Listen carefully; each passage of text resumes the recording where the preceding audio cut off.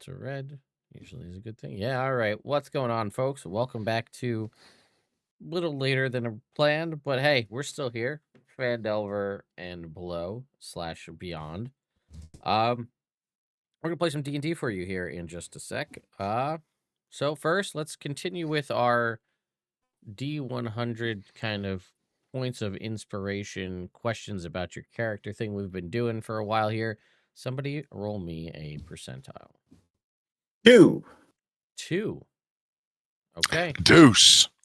Robert, is Bronson allergic to any food? Oh, Not a fucking we do this one? chance. we did this one. We did this one. Roll me a Yeah. different one. Ah, I rolled a 94. whoa! I rolled a 94s. 2 again. Oh boy, Jake. Uh, I think we probably know the answers to these. That's but just impressive at this point. I'm just bad. What is the last present you gave to somebody for Bronson? The last present I gave to anyone? Well, it was a fire broom that I picked at Neverwinter, but it didn't go over so well. Got it. But before that, I'm a real big fan of edible arrangements because you should be able to eat your presents, not just look at them. They're delicious. Fair enough. Robert believes that too until they closed. R.I.P. Edible arrangements. Yeah, It was delicious fruit. it's true. Soot, or LB, what about Soot? The last present she gave to somebody. I know the last present she took. Well, maybe that's a problem.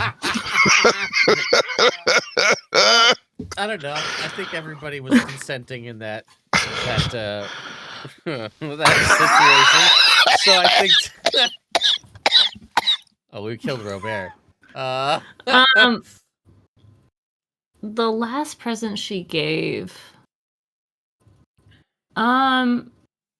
Probably before this adventure, she probably it was probably an animal, and she gave them like food and stuff, like or like a little squirrel that was too hot on in the forest, and she gave us some water.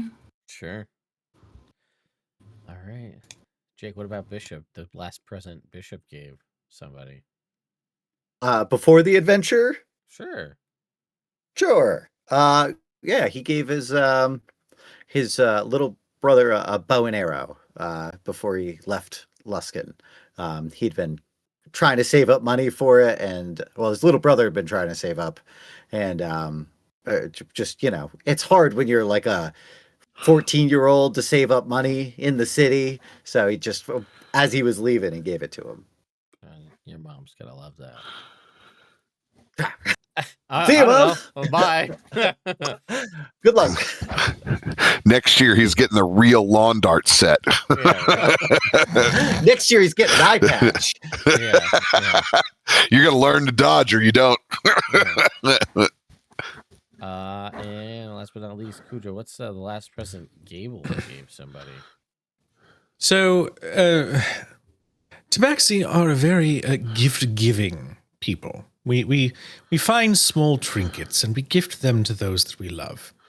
So one day I brought a dead squirrel back to Soot on a difficult, hot day. I believe we had seen it at some point as we were traveling, and maybe Soot gave it, so I don't remember. But it was from the heart. I love it. That's so good. With that, I'll give us a quick rundown. There was a lot of exposition happened last time to set up for where we'll ultimately end up this go round. So the party lit or Soot really lit the fourth beacon that has been slowly kind of freeing up power from her mother, but also freeing up returning her mother's memories over time here, and kind of trying to condense that down into the crux of what was gathered from that.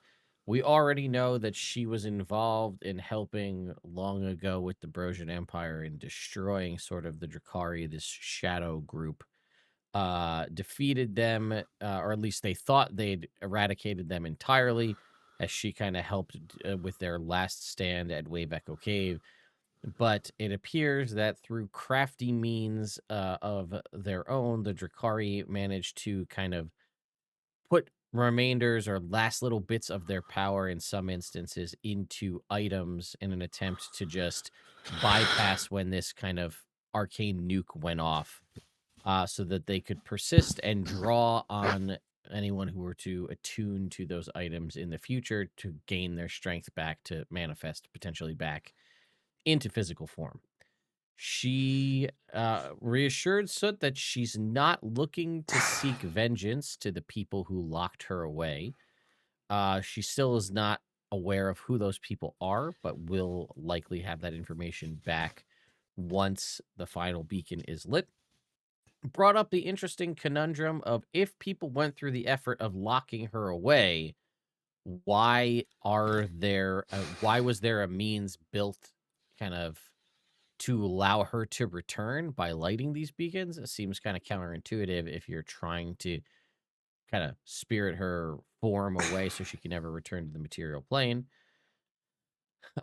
Also imparted the knowledge that part of the powers sort of amongst the Drakari, besides things like mind manipulation, shadow manipulation, is also the ability to steal memories. And that triggered a sort of memory in Gable in a series of rituals that just seemed like normal heists and bonding rituals amongst his old group, the Black Sun Consortium, that Reese has been in charge of, and who has now essentially figured out that he's tied to this group in some way. Before Soot attempted to scry on Reese, was able to see what he's up to, and that he is in the process of essentially starting up or reinvigorating some sort of shadow forge with the heated by the flames from Fenric, and wielding the gauntlet that he has, allowing him to potentially reforge in a very kind of Castlevania Devil Forge Master way, bring back these spirits in full, to potentially do what it is they set out to do the first go around. Not necessarily putting a time clock on this exactly, but at least expediting or elevating the threat that's present here, but also opening up a variety of other questions that the party may have based on that. So the party was able to get a long rest. The party all leveled up to level 14. And that is where we will pick up as you choose to set off in whatever direction you're looking to go. And we'll kind of see where the evening takes us. I think first point of interest at breakfast in the morning. What are we having for breakfast, first of all? We had crepes. All right. So lunch then. We had to take a 3-hour nap after the crepes. Second. Look, hey. Hobbit's second breakfasts. Whenever we are gathered next, I think Soot will sit everybody down and say, so I have some information that I gathered about the forge and what's going on with all of those items that we were talking about the other day, yesterday. For sure, Reese has all of them and can activate the forge. Okay.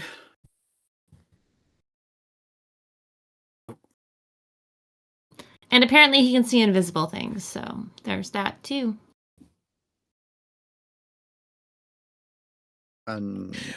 But if he has enough to reactivate the forge, why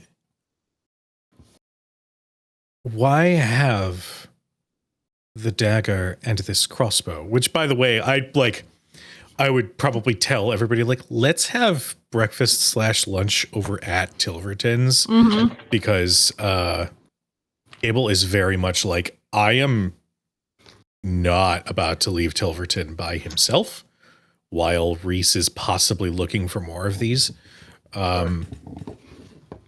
So, why? I mean,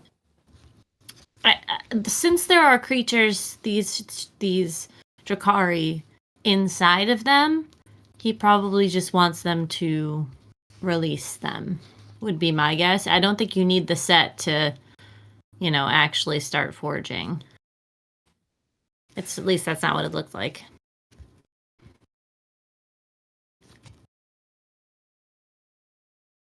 I'll just chime in and say, you don't. That is, you have obviously what you saw. You're not entirely like if more needs to happen, but what you saw, but that was a lot of kind of information all at once. There could be more to it. There could be something specific about these items and what went on with it. You just don't know. Yeah. I mean, they could be like more powerful ones, or having these specific ones, he could clone them. There's plenty of reasons, but I don't know.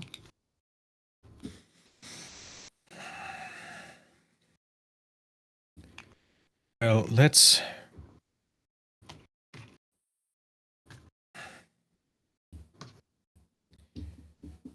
I feel like he's about 5 steps ahead of us. Well, he has been from the start, but we've got more information now. This is true. Tilverton, love. Yes. Wow. Good morning, or afternoon, or whatever time of day we decided it is. The idea that Tilverton, first off, sounds like that, but secondly, only speaks jovially the moment Gable starts to say anything is hilarious. I believe you were researching this crossbow to see if there was indeed something within. Well, we talked about how it's kind of like there was attunement that needed to be broken, and that was the whole thing. And without trying to go through that process again, it's sort of hard to tell if there's.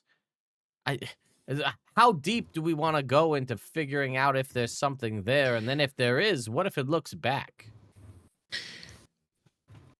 The concern is Reese gave every one of us one of these items so that it would bond with us, possibly grow stronger.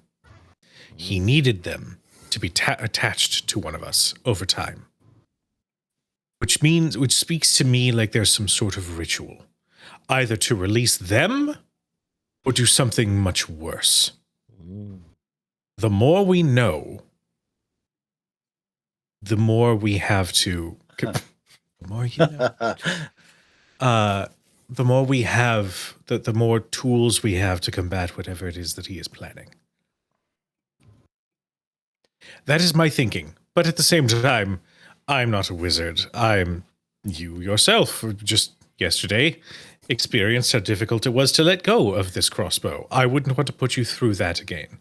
If it means preventing you from dealing with it, do you have a means of detecting magic or something if one is attuned to it, that you might be able to sense more properties from an outside perspective, or do you really need to get your paws on the thing? Well, I think what you're asking is not impossible to do. I don't know that it's been done before, or maybe it doesn't mean it can't be done.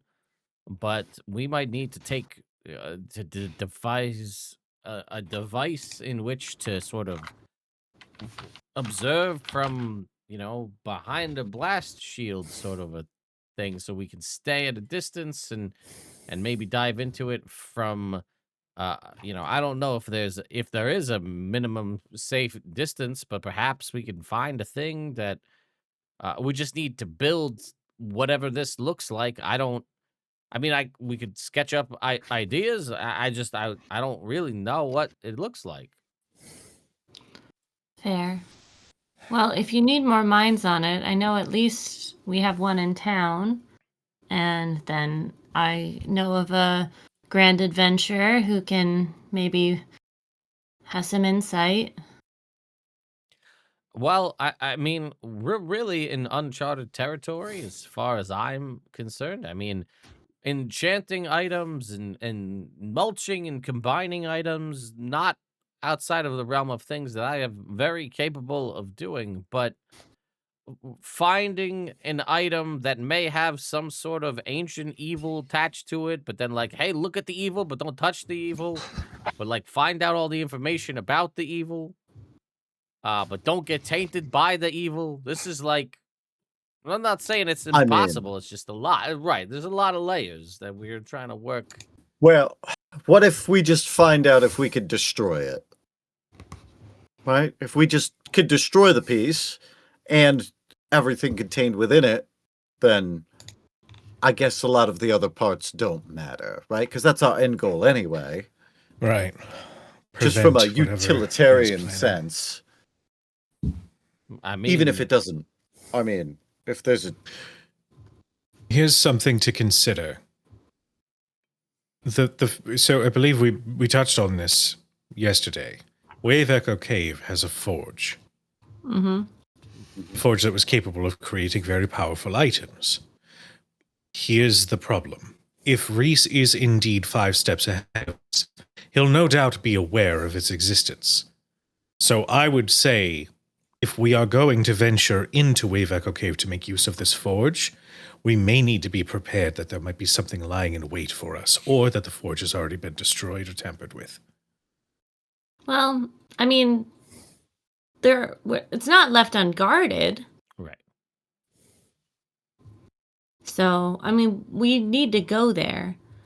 But do we bring Tilverton with us to that place, or do we leave the items with him to research? I have another idea. There was somebody else that we could also perhaps enlist the assistance of. To some, he might not be the most appealing individual, but he has been a great boon for us in the past. Oshundo. Okay. Interesting. Yeah, That's fair. that's a good point. He's a knowledgeable fellow. He is down, what is he, several days down in the Underdark, but he's a magic type. Perhaps he could zip zap zap. I mean, perhaps. I How would you feel about working with an Illithid?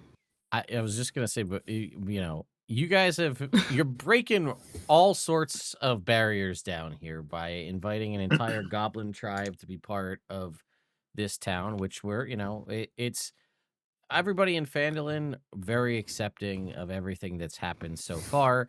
But I will say, not to say that there's not ways around this, that a group of mind flayers turned several of these people into weird tentacled monsters and almost caused the end of the world as you know it. Bringing one to the surface to be like, hey, this is our buddy. Your one immediate questions from everybody in the town's like, yo, maybe they didn't actually save us. Maybe this is all some giant mind fuckery and like they're in on it the whole time. No, don't worry. He's not like a regular mind. He's an undead yeah, wizard mind flayer. Yeah. So it's totally different. You guys don't have to worry about anything. He's not like other mind flayers. We can fix He's got an orange orb. That indicates that he's good in this campaign. Right. Yes, yes. That could cause some problems if we bring him up here. Yes, indeed. Although he's been around for a long time, we could perhaps just reach out and see if he's heard of perhaps Corvath or the Cinder Queen, or if what are the name of the evil spirit guys? Drakari. The Jakari, yes. So we could at least reach out and see. He may be he may be hesitant, given the last time he tried to reach out on the behalf of something, he almost got turned into a vegetable. Yes, Well- I'm well aware of my Well- many misfortunes diving into my plight. You guys know warlocks get their spell slots back at a short rest. That's one. That's the T-shirt I want for PAX Unplugged. Motherfucker. Okay, so we have to figure out what to do with these items. I think we could try to destroy one of them and see how it goes. The old Gimli technique. I like it. I suppose that would solve the problem. All right. Well, yeah. Do either of you have sending prepared? No, Tilverton, do you have a sending stone that we could buy? He goes, well, yes, but the nature of a sending stone is it's a pair that talks to each other. So I could give you a pair, All but right. he Do you goes, have a yes. scroll of sending? Let's make. I don't need anybody to give me a pair. Let's go ahead and make a random. We'll just make a roll here. Yeah. Let's see. What do we think? Let's go. Let's say there's like a 25% chance that he's got one here. So I'll let you guys pick what 25% on the percentile that you think that you want, and then I'll let somebody make that roll, and we'll see if it comes up, in your favor that he has one today. We can make Jake roll it and just Go go shoot for 25 and below. Yeah. 100. Who'd have thought? Yeah, right. Do it, Jake. Do it. Do it. All right, cool. All right. Bottom 25. Here we go. All right. 26. 54. Yeah. Damn. Oh, Yeah. Unfortunately, he does not have any in his inventory today. What do you have in your inventory today, Tilverton? Yeah. You fucker. Let's see. He's got a scroll of Dispel Evil and Good, a scroll of Flame Strike, a scroll of Wall of Fire. Let's see. Got a Ring of Evasion, Cloak of Protection, Potion of Fire Giant Strength. What does a Ring of Evasion do in these here times? If you fail a dexterity saving throw, it has 3 charges. You fail a dexterity saving throw, you can choose to succeed on it instead. That's not very good. No, it doesn't give you evasion, which everybody wants it to. Yeah. At Quite one the point thanks. in 2014, for about 2 months, it did that, and then they changed it. That's fair too. Let's see. Yeah,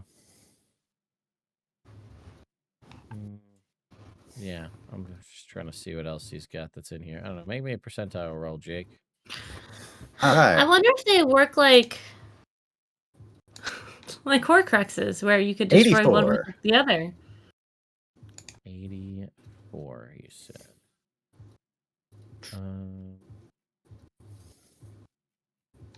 Hang on. My tables are hidden somewhere in my Google Drive folder. We could also try and talk to the spirits of the Brosian Empire. They were in Right. Wave Echo Cave before. True. 84, you said, Jake? 84, yeah. All right.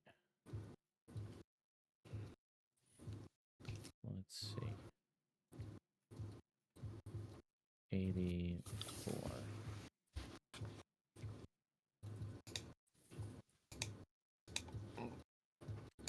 This is not the updated tables.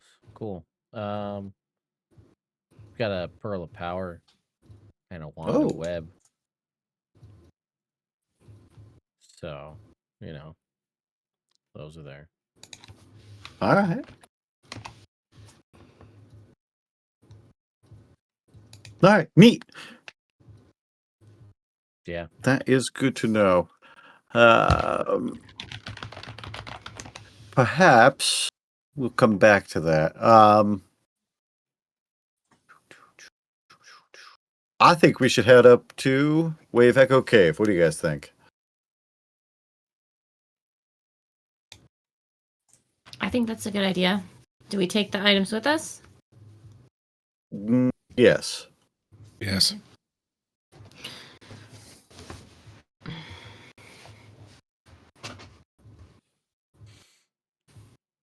Okay.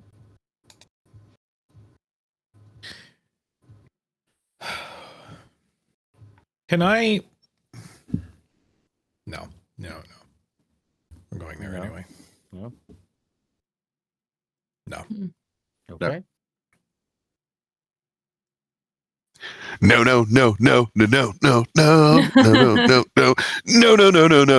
I'm actually terrified of doing anything. Come on, stop being a scaredy cat. No. How dare you? You know what? How freaking I enjoyed dare you. killing that squirrel. Clarence, away! Oh, great. Here I am. You can fly now, Clarence. Oh, good. This is great. It's going to do great for my fear of heights, but hey, anything for you and your utility needs. We can fly low to the ground. Well, that's fine. It'll just twist my ankle, and then you'll have to... Jesus, you're dark. Jesus, Wow. the Christ, Clarence. That one slipped out before my brain could be like, no, we don't. Oh, wow. Wow. He's also got a ring of regeneration. Ooh. I could take that. I have no means of healing myself in combat, so that could be very useful. Oh, yes. You also get No means down. I practically live for it. Let's see. We'll throw in. He's got a sunblade in there. What else we want to give Tilverton today? Tilverton, you are really sleeping on some of these items. He's just like in the back, like, I got this, and I got this, and we're just discussing up front, like, yes, we should probably go to Wave Echo Cave. We'll take the items with us, and hey, I found this. You know what? He's got a level 5 Inspelled Staff. I don't know what the spell is that's in it, but we could probably figure that out. Or make it up. That's what Is he's it got. sending? Can it be sending? That's a terrible use of a level 5 Inspelled Staff. But yeah, it could be. To have sending a 3rd level spell to have, multiple free castings of it at 5th level, which does nothing extra.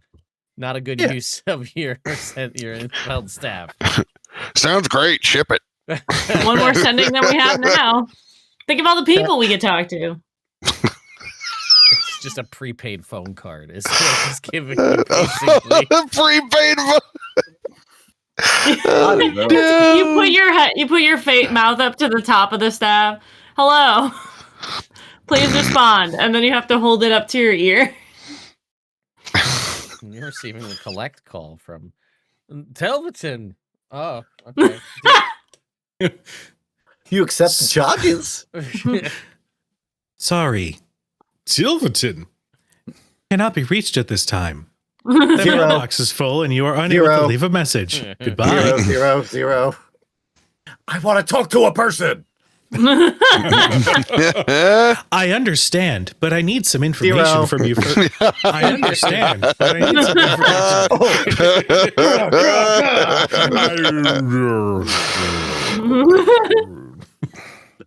Everything that talks that shouldn't hates me. I can't Aw. imagine why. I think you're a Okay. winner. Thanks, huh? Appreciate that. I needed that. Chat Alright. representative. As somebody who's on the phone for work, I 100% do that shit. Speak to an agent. Agent. I didn't get that. Could you please repeat? Dude, we need to get you to re-record Daggalt Neverember's lines. You're ready to go. Yeah, right. For Espanol. press 2. All right, off to Wave Echo Cave. We go there. Woo. He comes back, like you guys leave, and he comes back out with an arm full of a bunch of. Oh, and oh nope, they're gone. The scroll of sending. I found it. And he's like a fat. Well, nope. Yeah, well, that was a Easy lot. come, easy go. Okay. So you guys are heading back to Wave Echo Cave. Yeah. Yeah. Okay. You guys are able to, with you have a variety of means in which to teleport yourself back there. So no issue. You guys gonna, depending on the method in which you're doing so, are you looking to be outside the cave?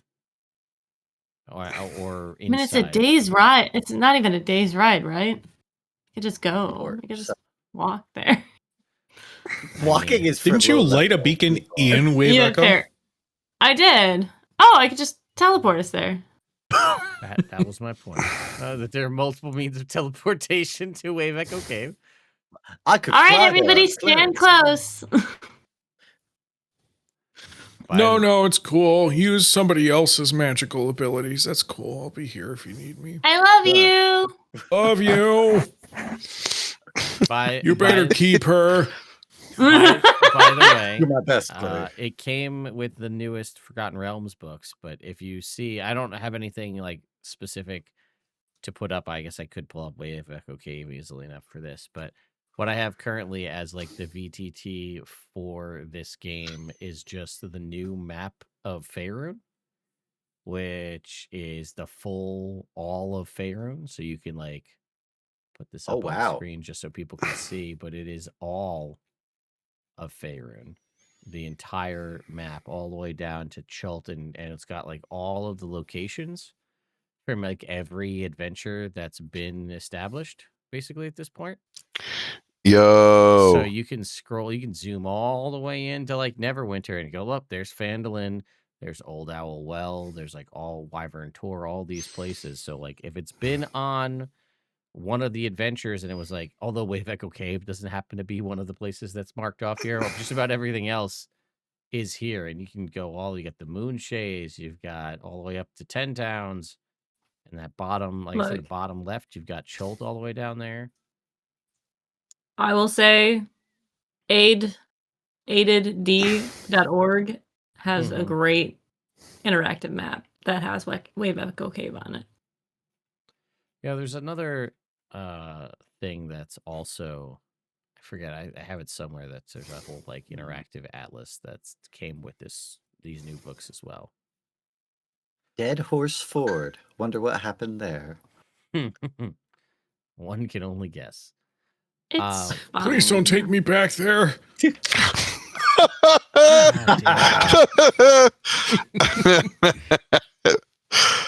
I'll be nice, I promise. So are Glue Hill. Sorry. You're going straight into the forge then, coming out right where it is, yeah? Be prepared. Yeah. All right. We haven't done this travel too many times. So just for those of us who may not be aware or don't remember, describe to us, LB, what it's like for when you cast this spell and what it looks like and what it kind of feels like as everybody transfers through this sort of fire teleportation. Yeah, is it the purple flame? Yeah, let's make it that. That makes sense. Okay. So, soot gathers everybody around, so we're within like 5 to 10 feet of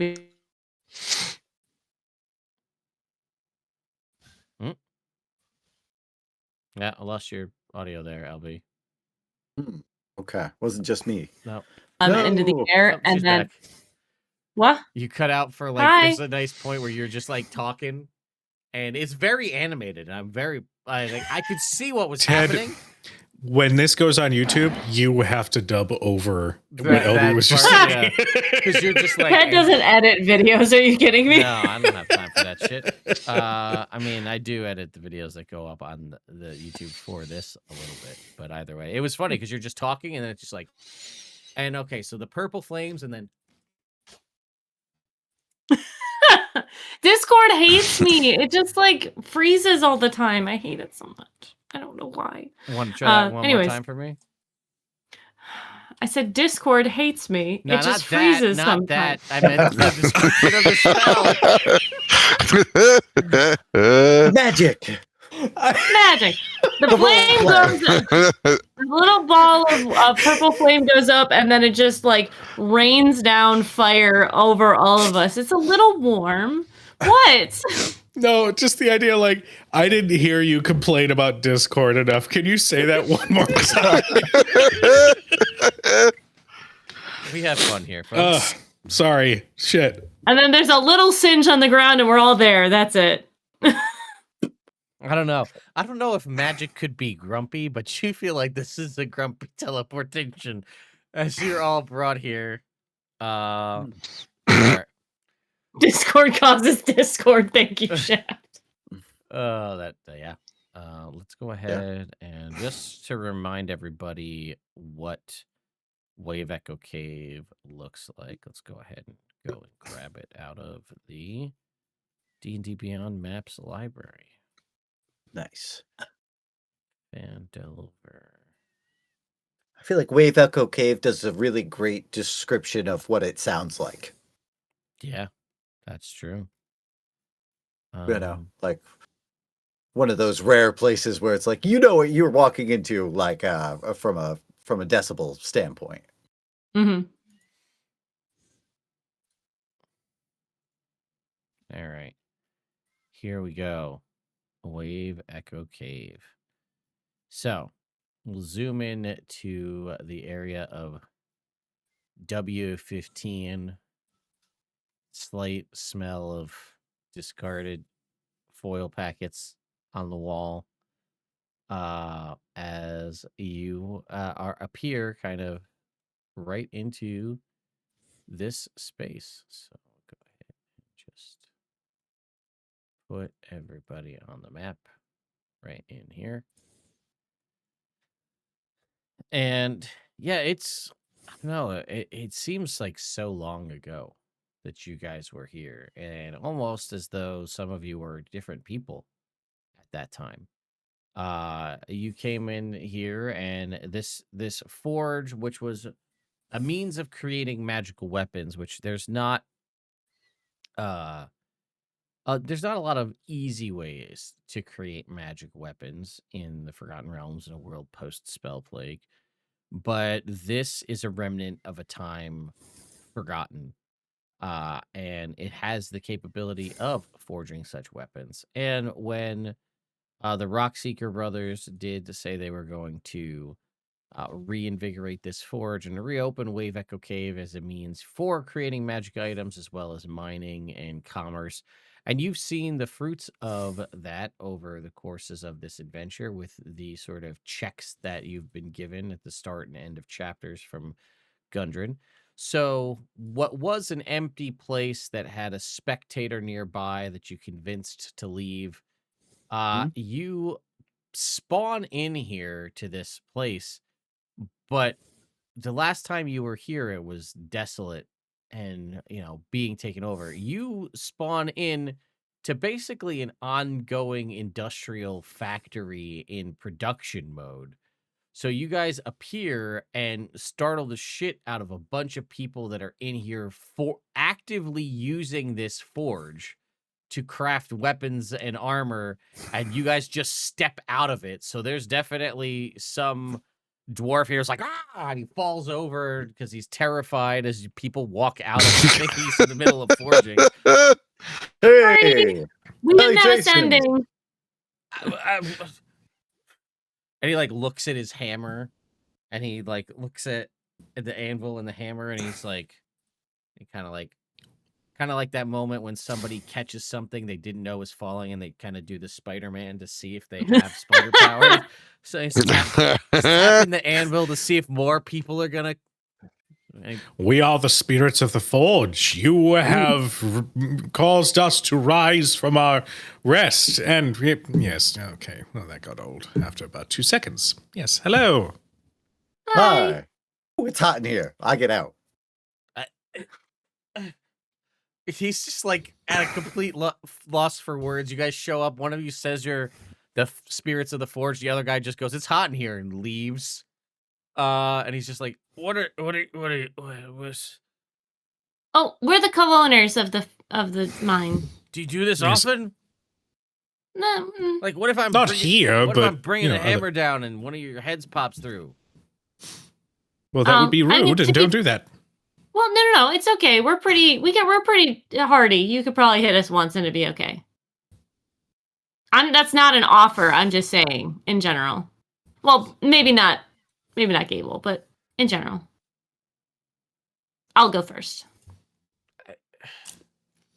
I mean, I have questions. This is a lot, but welcome. What can I do for you? Oh, well, did you learn anything about the forge that's new other than this forge's magic items, or should we talk to your manager? Yeah, where's Gundren? I'm back. Oh, Hey. Hi. No, all right. He's in the manager's office, which is definitely gonna be somewhere not here. That's okay. We're gonna put Sorry that up at like we're gonna make. He's got full faith in his people, Kundrin. We're gonna make W19, which was where you kind of had that big showdown. That's gonna be now repurposed into the manager's office. Ooh. Okay. Nice. Well, It's like, yeah, if I had to tell you, it would be W19. You know. Oh yeah. Yeah. Yep. Yeah. We've split up the cave into quadrants. It's how we sort of talk about where things are happening. So we kind of gave them all alphanumeric numbers. So Of course. Yeah, Like W. in W19, you know. Wave, echo, cave, W. Yeah, but that would be WEC. Just doing letters. W just sounds. It seems like. I didn't make it up. It wasn't my idea. Well, who That's was totally it? fair. Gundren. No, hold on. Are you being fed well in the caves? Yeah, it's a great job. Good. Okay. I just sit here wanted to and make forge sure. all day. Sounds Which is great. what you like to do. That's That's the good. thing I enjoy. I get paid to do seem- what I like. And you can see that like in the room, there are a variety of implements on the wall here from different armors and weapons, and nothing that's like crazy stand out like, oh, check that out. But like I would say we're looking at like a entire like every type of weapon that exists, like a +1 version of every type of weapon, like a +1 version of like every type of armor, all present here, you know, primarily, you know, +1 shields and things of that nature, all here as just, you know, stuff that he's been crafting over time. You are doing great work. What was your name? Oh, that's a great idea. My name's Roderick. Good job. bud. Roderick. I'm Soot. It's nice to Yeah. meet you. I guess I should know you guys if you're co-owners. Just kind of makes you like a co-boss. Yes. Kinda. Bishop. Is that your name? Because the way you said it was. Yes. Yes. Yeah. Sorry. Okay. I was looking at this +1 shield over here. I don't know. It's You just got to talk to the lovely. boss. I'll talk to the boss. I'm going to bring Uh, it with me to talk to him, though. He seemed, Or we could wait for approval. isn't that like, Well, you feel know, you're cutting into your own profits. I know. Yes, I do. But I pick it up. It's a weird fucking day. Right. Wonderful to meet you, Roddy. So, yes. We're gonna pop out now. I can't give a warning before I pop through again, but it probably won't happen anytime soon. So, I'll not look to see you again, I guess. Unless I do, in Mhm. which case, hopefully I don't hit you in the head with a hammer. Fair. This is awkward. All right. All right. Mhm. I'm going to go back now. goodbye. And he just goes back to forging. Sure. That's fair. We're gonna. Yeah, time to leave. Is there water running on this this water wheel over here in W12? Yeah, that's they've gone through the efforts of kind of clearing out any of the sort of the rubble and different areas where there wasn't water going. So now things are kind of in full swing back to maybe not back to its original state, but to a much more active state where you are going to, with a forge running constantly, you're going to need access to all the different capabilities that the water wheel and all these other aspects are going to need for the furnace and whatnot. Right. Okay. Cool. I So, love it. I guess we'll go talk to Gundred then. confirming. Yes, W12 was the smelter cavern. So this is the blast furnace and the mechanical bellows that was powered by that water wheel. So this was to take all of the unrefined ore that was found deeper in the cave and turn it into something that could be utilized in the cave, for purposes of forging. Do you just walk through everybody's bedroom? They're like, what? Oh, Guys that were hey, on- just passing through, looking for Guys- Gundred. guys that were on night Sorry. shift. Sorry. Sorry. Yeah, so you guys get into W19 up here, and yeah, when this was previously, this was, and to some degree it still is. This is the Temple of Doomethorn, which was kind of that large, the star iconography on the map was this large statue of Doomethorn. That is still present, as are obviously the columns in this room. But at upon entering, which was quite bare at the time, this is where you guys showed down against the spider. Yeah. Is now been sort of reshifted and reclaimed to now have a bunch of sort of file cabinets and invoices and a desk where Gundred is kind of going through all of the different requisitions that have been coming in, and you can see he's he's not just content to rest on his laurels here. He is actively working and sorting through different aspects of paperwork and things, and he's like, oh well, shit, look who it is. It does.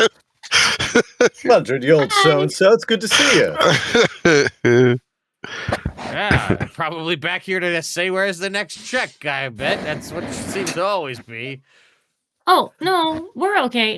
We had some great. questions about the forge. Well, You watch as he takes the coffer box that he had, and he just goes, puts it under the desk.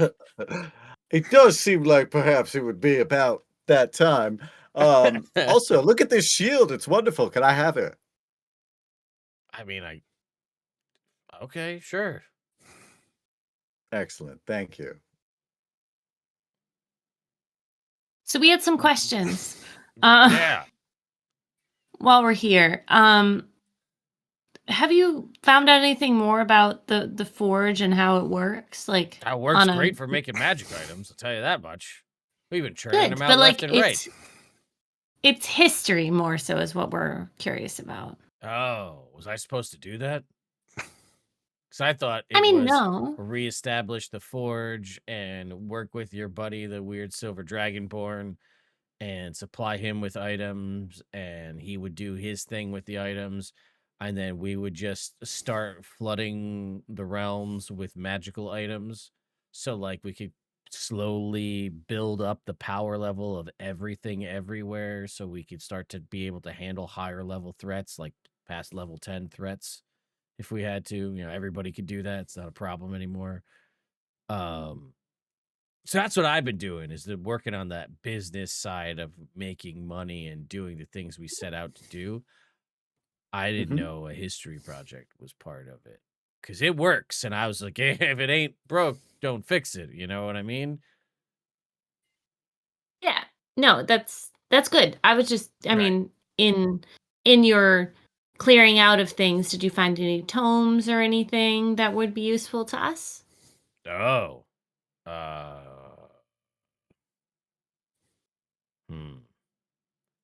Well, I'll be honest. Like I said, I've been pretty heavily focused on this, but we did have some folks clear through a bunch of the rubble to kind of get the water wheel up and running and things like Sure. that.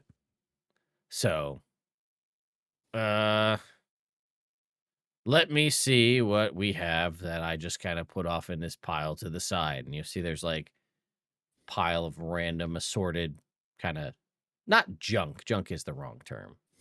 But it's like, what are the remnants of what was here from sort of the previous owners, if you will. So he goes and takes a look through and kind of showcases to all of you what he's got there.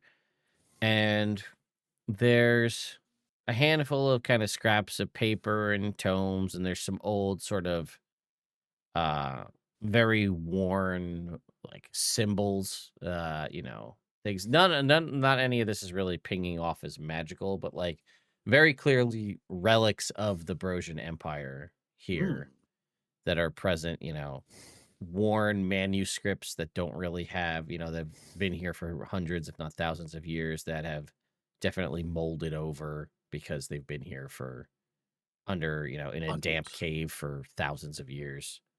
Sure.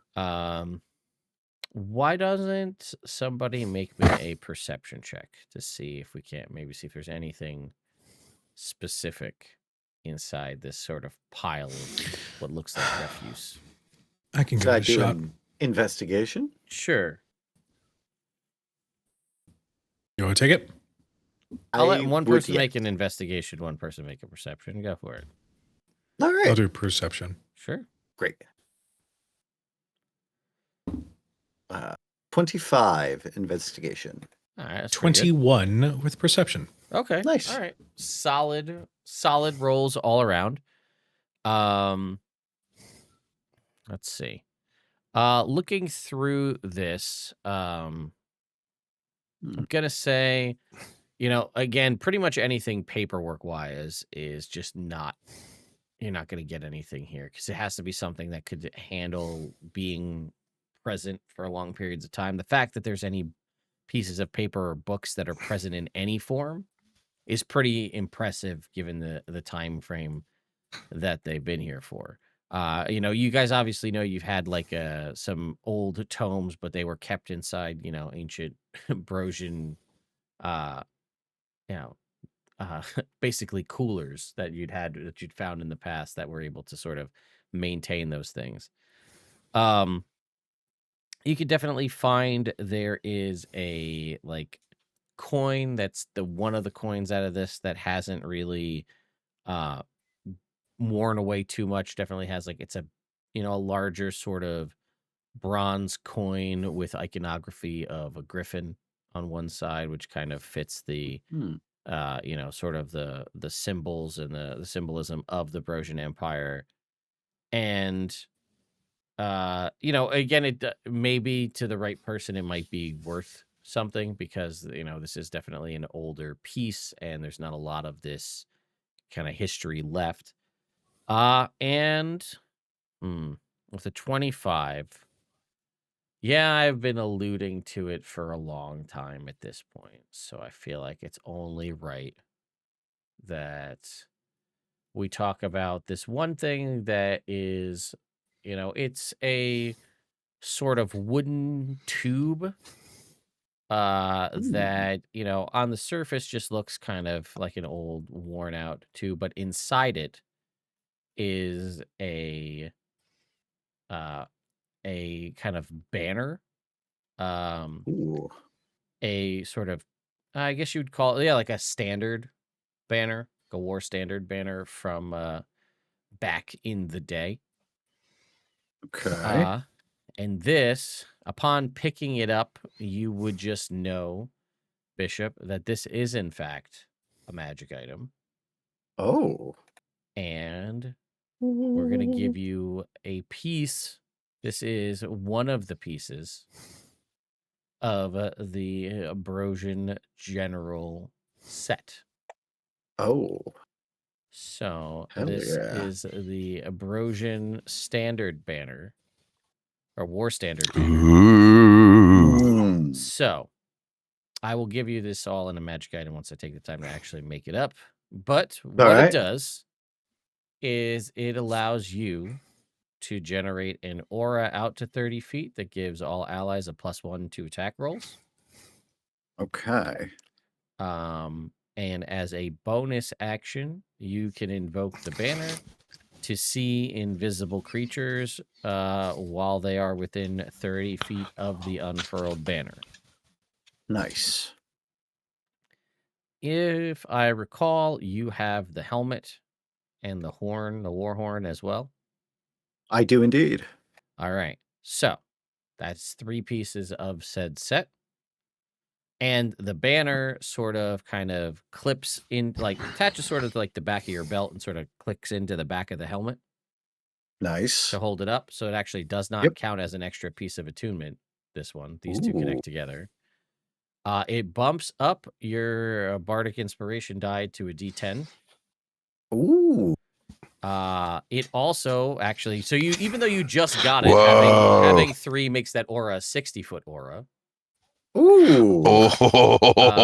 And the big one, which is immediately after an attacker within 30 feet of you deals damage with an attack against a creature other than you, you can use your reaction to force the attacker to make a wisdom saving throw. On a failed save, the attacker takes radiant damage equal to the damage it just dealt. And that is on a success, it takes half damage, and that is a once per long rest ability. And that is a wisdom saving throw? That is a wisdom saving throw that they will make, yes. Okay. That is awesome. Oh, wow. Beefy. Well, Gundren, this is quite a relic that you had in your not exactly trash pile. Here. I mean, it's, I don't know, it's a piece of wood with a piece of cloth inside it. Indeed it is. Not really useful when you're trying to forge magic items, you know? Yeah, I mean, for sure. Well, you know, I am an enthusiast in the lore of the Brosian Empire. So I'd be more than happy to take this, if you'd be okay with that. I don't care. History's in the past, you know? Hey, you're right. Yeah. Yeah. LB, do you go guys ahead and roll me a percentile in the meantime.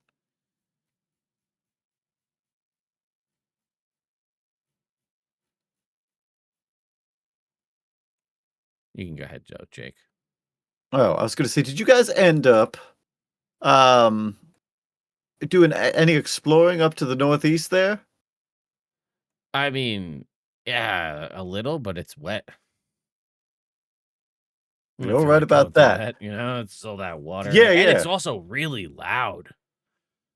Yes, indeed it is. As my ears were ringing, and I was like, the forge works. We're making money.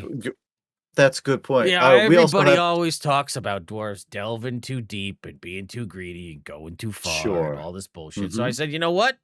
How about we buck that stereotype and just leave it be? It really is an unfortunate stereotype. I've never dug a hole in all my days. Hell, I'm going to crawl into my own mound, all right? I'm not going any farther than I need to. This hole's already dug. Why make it bigger?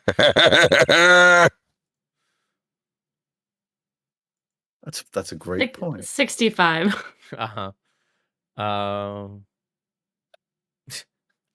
Okay, LB. You know how we love half of these trinkets. Some of them don't make any sense because it's like this would be a thing you'd always have, not like a physical manifestation of an item. Well, when using Wild Shape, the transformation feels like it takes significantly longer and is much more magical and filled with sparkles than you would think it should be able to do. So, enjoy your magical. So mark girl. that in your what does this looks inventory. like? Yeah. I mean, you tell me. It's a magical what, girl. It's a magical girl transformation. Takes significantly longer than it should in combat. I'm going through changes. You know, Sid gets this everybody item. pause. Hang on. She's got to do this whole thing. Sid, in the background of this conversation, just goes, "Oh," and picks up a rock, and she just goes, lifts it up into the air, and the conversation's still going on, and like puts a hand out, and you see claws and fur move onto her hand, and she puts another hand out, and the same thing happens. She turns around, and her like clothes rip off, and then she just grows hair all over her body, and she starts to shrink. And when she comes back, she puts her hands in front of her face. And when she goes like this, she has a squirrel face, and a large tail goes behind her.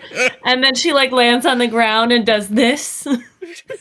As a If squirrel. if I may, the please. moment you did this and your clothes came off, Gable looked up from the coin and went,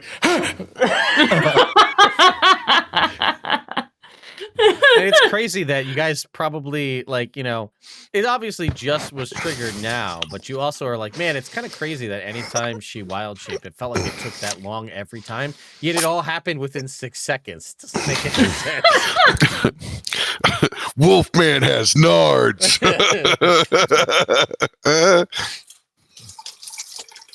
So Are that's you doing dishes? sounds like filling a Yeti to me. Yeah, get a little why not beverage. both? Multitasking's a thing.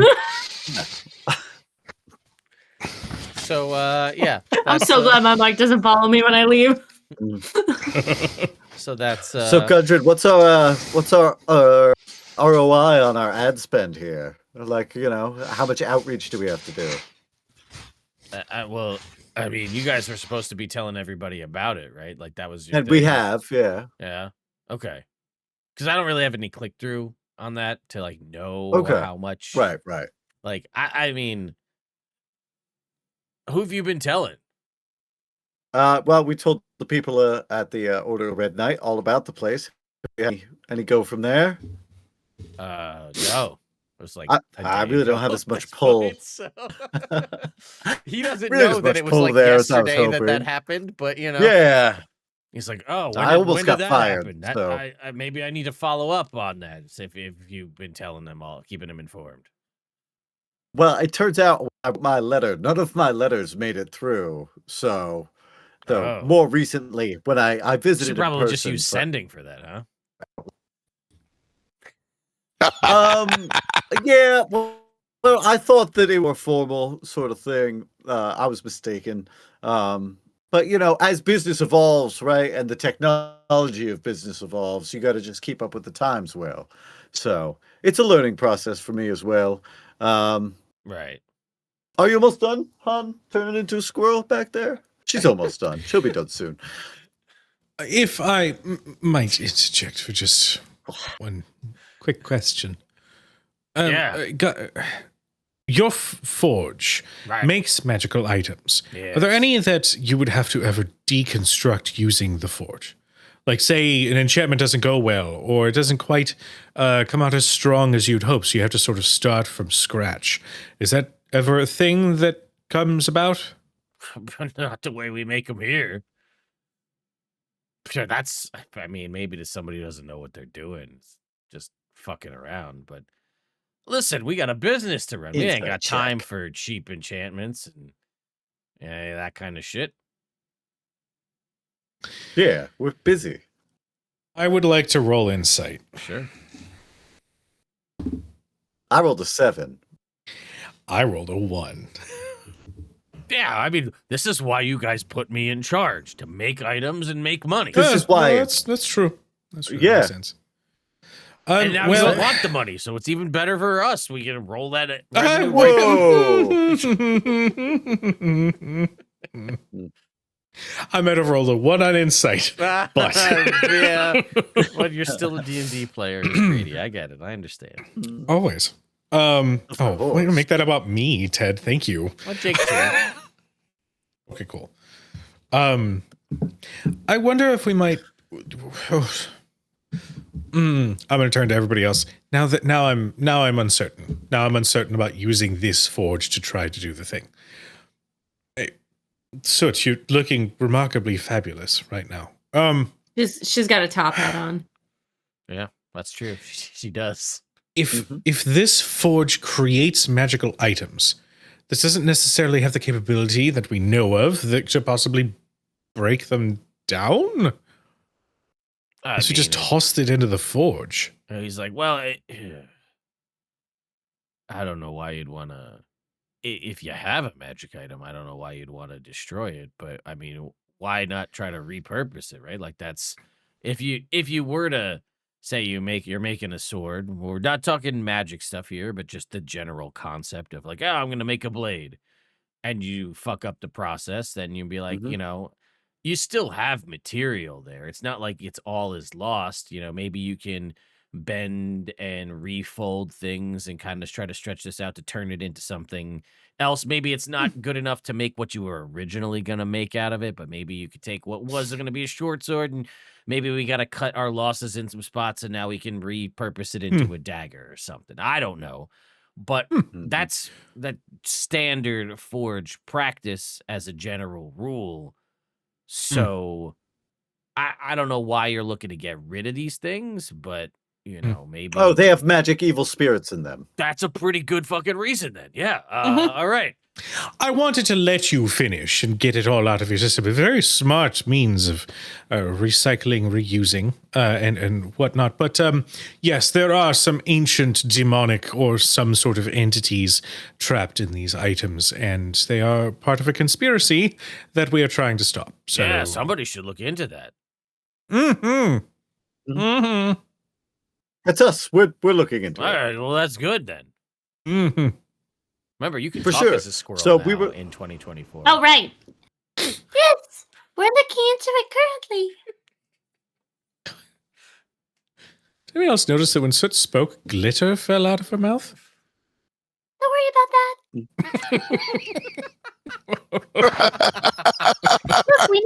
Look, everyone, this is a very serious thing that we're doing here, okay? Can we forge the things out of these weapons? Or are the spirits or souls that are trapped inside going to be trapped in whatever we reforge them into? That's a good There's question. only one way to find out. I don't want to find out. That sounds real dangerous. I want to revisit the forge, and prior to this cave being liberated of the monsters and baddies and whatnot, we were visited by some spirits of the Brosians. Is there any way that we can try and invoke them, bring them back, see if they can offer any sort of insight? Seems like a spell somebody might have. Not me. Not me. I bet generally somebody with better spells than I have might have something like that. I got a big goose egg on spells. You're very useful in other aspects. Thank you, squirrels. That's quite nice. I appreciate it. My spirit guardians have always been a mixture of Shantae's magic and the Brosian Empire ever since I picked up these ancient weapons. Yeah. Maybe there's something we can do in conjunction with the forge. Maybe invoking the Brosian Empire and consecrating the forge. We can hit this with a 1-2 combo. Maybe remove this item's curse. Indeed. Yes. I like that idea. Perhaps we could lay out a magic circle in case the spirit escapes from the item itself and it can't escape further. Well, I think it's probably a good idea to hollow this ground anyway. It's going to take us a while. It's not an easy bit of magic, but it would go well on its way to keep this place spiritually vested. All right, I like that idea. I want to go check out that lake where the wave echo is happening. You want to hollow the ground while I do that? I can certainly begin. It's going to take, God, at least an hour, if not more. All right. I'll go with you. Nice. You ride up on my shoulder? She just climbs up your leg. Bronson, if you don't mind the company, I'd rather join you. I will remind you that without the, I mean, you obviously have the capability. This is the wonderful thing that we've talked about the changes to divine intervention in the world of 2024 Dungeons and Dragons. That you could cast Hollow as an action using divine intervention. If you choose not to, it's a 24-hour casting time. Nice. But who knows? I don't know if you want to for the purposes of, I'm not saying it feels like cheating or cheapening it. You know what I mean? But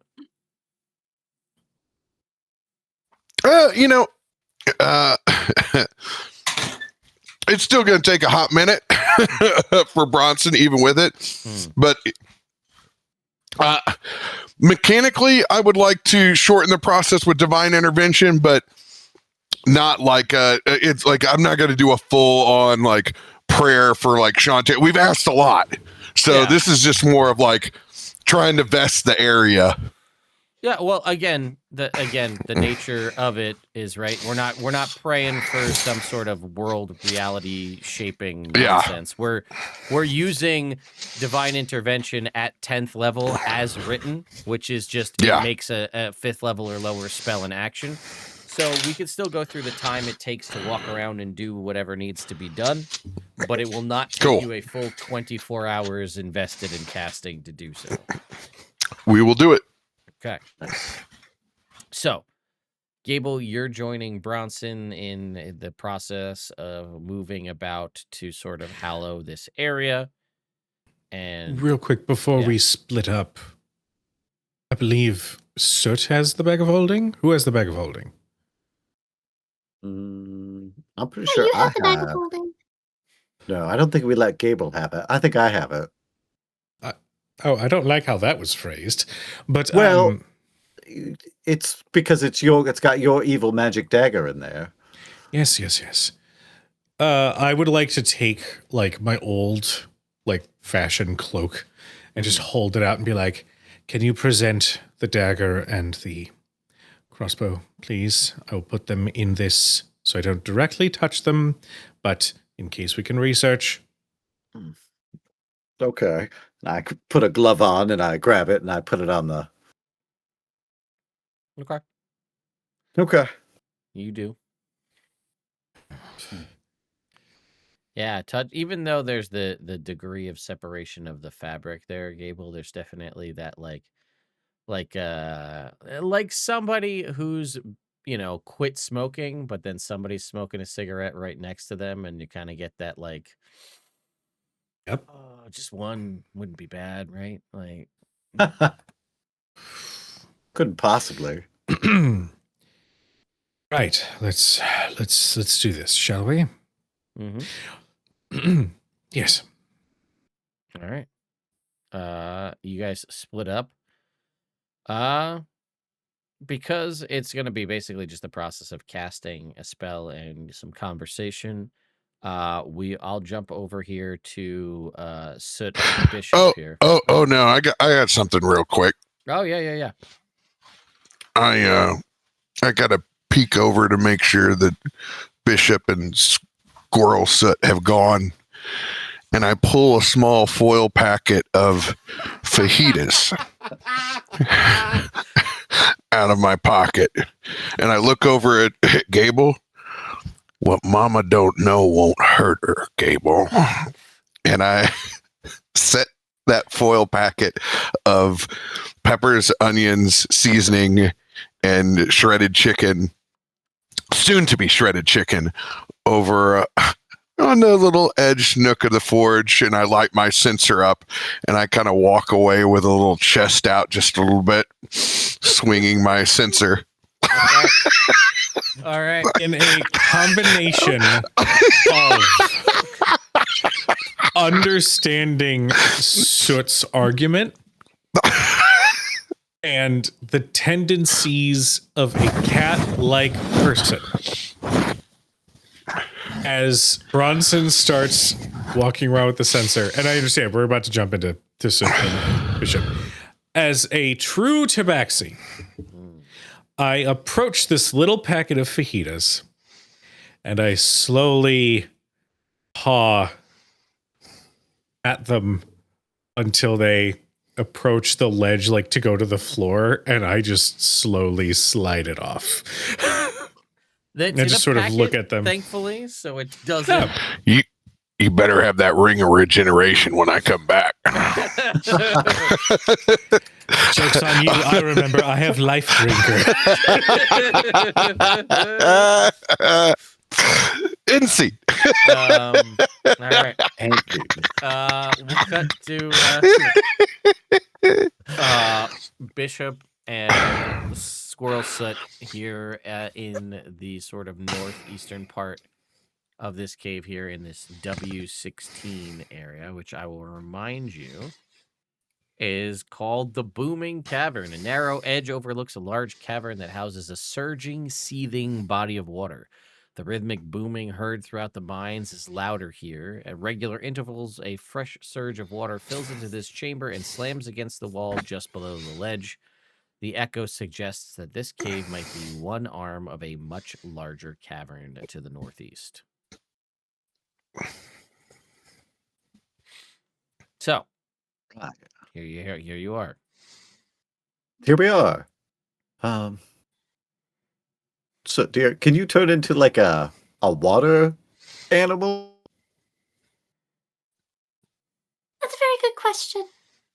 I don't remember what level I can do that at. Yeah, you can do that. Yes. Would you like me to go in the water? Yeah, I just want to know what's there. I hate to leave it unturned. All right. Stand back. And you see her, like, she dives off your shoulder, and there's a bright light, and the tail suddenly becomes longer and more fin-like. The arms outstretched become shorter and covered in scales. As she shakes her head, she dives into the water and comes back up as a crocodile. Okay. Or an alligator. Sure.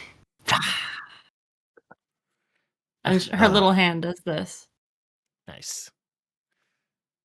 What do you think? Enchanting. Really, really lovely.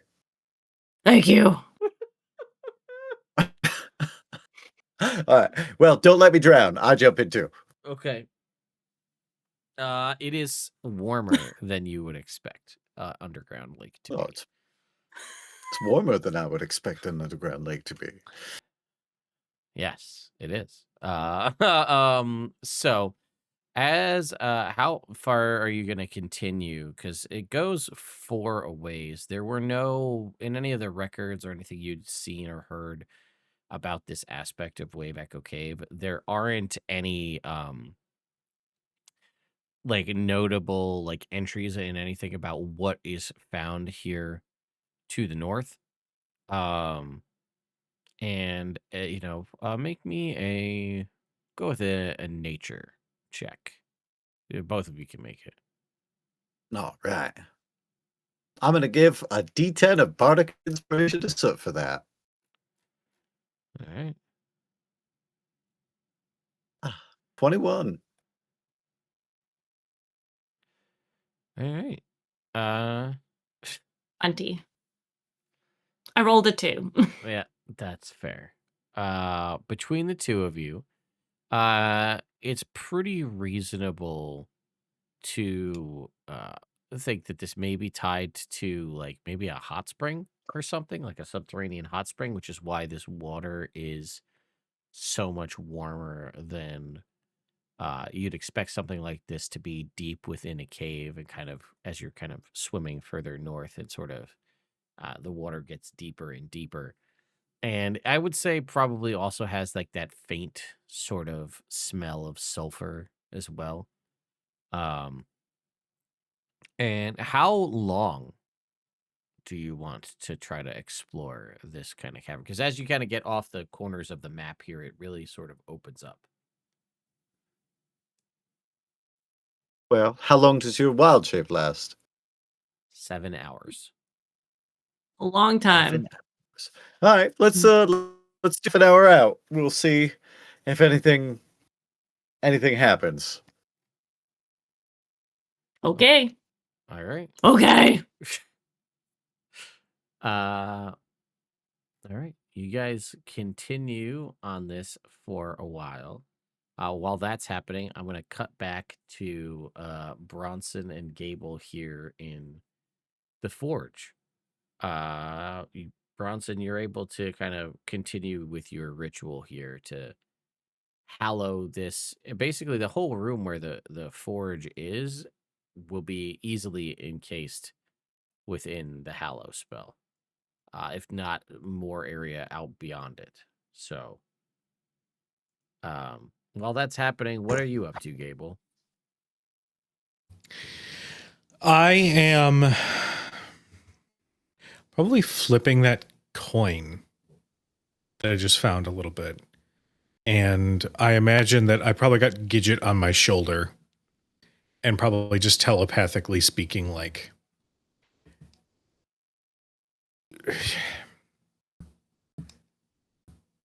do we have any chance of actually preventing this?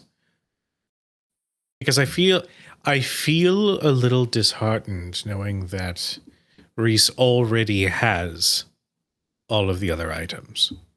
He's already at work. He's already doing everything that he has set out to do. This entire time he's been pursuing this.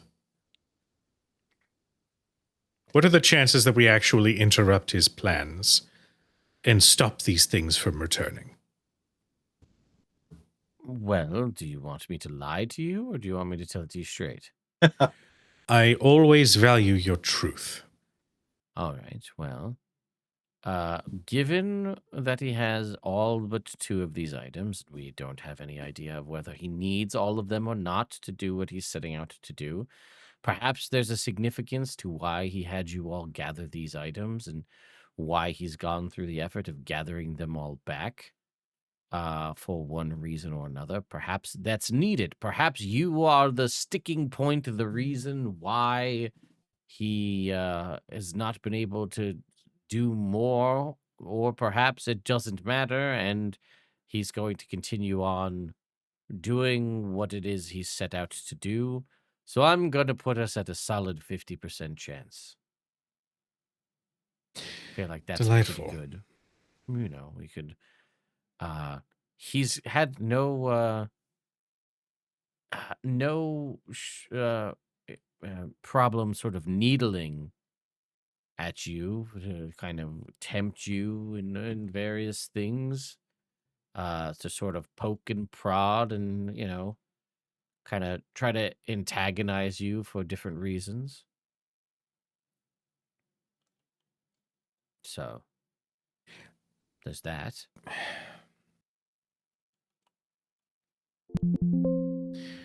And this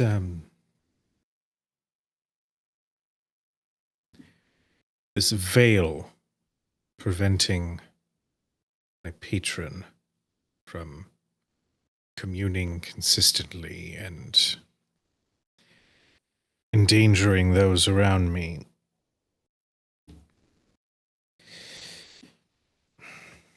Has that lightened any further beyond the memories that were returned to me?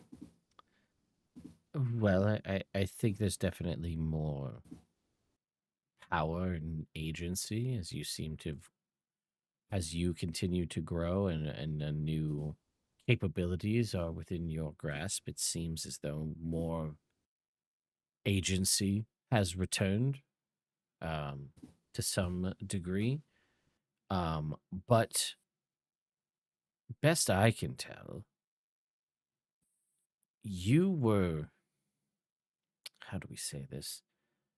I guess manipulated at a part when you were first sort of undertaking this journey of returning to life and otherwise. You were sort of very heavily skewed off track, not by any means of your own, but you knew no better. So you had a want and a need for vengeance, and this thing saw an opportunity.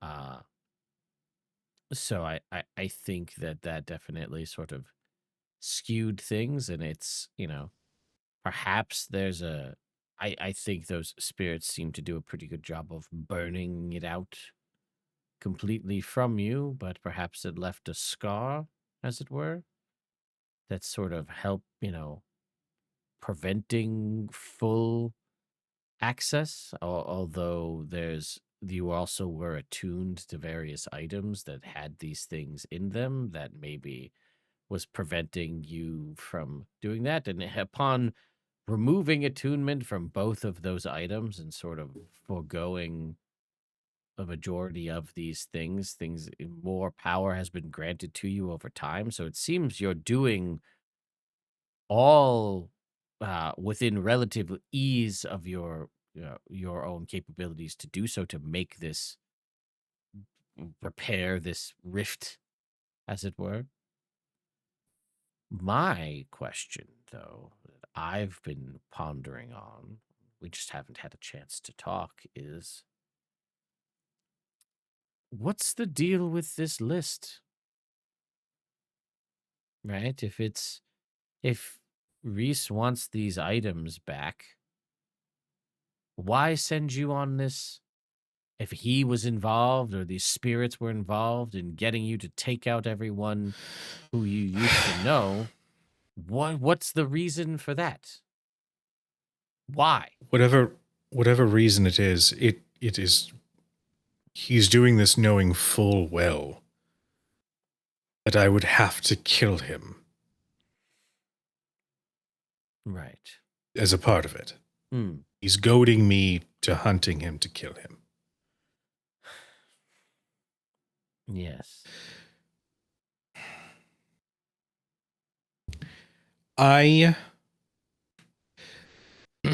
Gidget, you are going to be the voice to tell me whether or not this is a good or bad idea. So know that the fate of my well-being, as well as the well-being of others around me, will rest square on your rather large belly. After... It's a bold move, Con. Let's see how it works out for him. After Bronson completes this ritual to sanctify this place, I would like to commune with my patron. I would like to see if a conversation could actually be had with them, or if there's still something covering, if there's still something preventing that, then I want to do something to change that. Can your patron even show up here after I hollow the ground? Yeah, hollowing the ground against undead. I don't think this. You're gonna have to go outside for a smoke. Is necessarily undead. I think that this is something else, and clearly something on the side of, non-evil. Got to go out for a warlock smoke. Go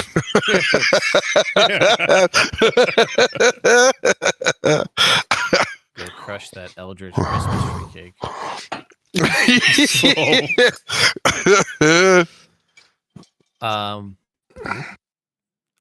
So is the question you're asking whether or not I think that that's a good idea?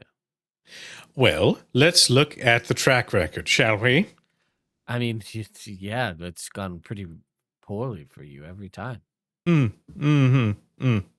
feel like you've been teetering on the edge of vegetabilism on multiple times from what we saw with That the Shun one boy. time continues to just come up in conversation. Well, every there single was the time that you inserted the dagger into your own chest voluntarily. I was curious to see if it would do anything beyond just sit in my chest. Right. Thank you. Well, now if we just follow the train of all the information we have now, and you were killed with this thing, a spirit was exited from your body, you held onto this blade willingly for a while, and then you went to put it right back in its home. Perhaps that was doing more than you knew at the time. I was gathering information. Well, I hope it was useful. Well, I would like to consider it that it was. Now, may we put this to bed? I think that's not you're in search of answers at this point in your journey, as most of your allies are, for a variety of different reasons. So I think if you have a means to pseudo-omnisciently gather that information from an entity directly involved, it's probably not the worst idea that you've had. Well, thank you, Gidget. Sure. Well, I might warn your friends before you do it, just so that they're aware in case there's something they can do to aid. That aura that your paladin friend gives off is pretty fucking great. This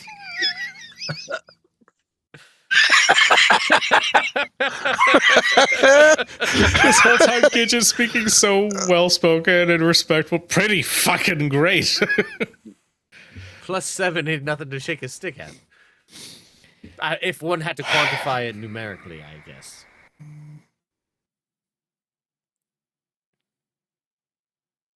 But what do I know? I'm just a bird, man. Oh, you want to know something? I hate that phrase. I hate that phrase. That gaslighty phrase. Meh. Fine. Or that I'm just a bird. Which one? Oh, no. What do I know? But what do I know? Oh. Well, Fine. I have a thought. I wonder how to make it work.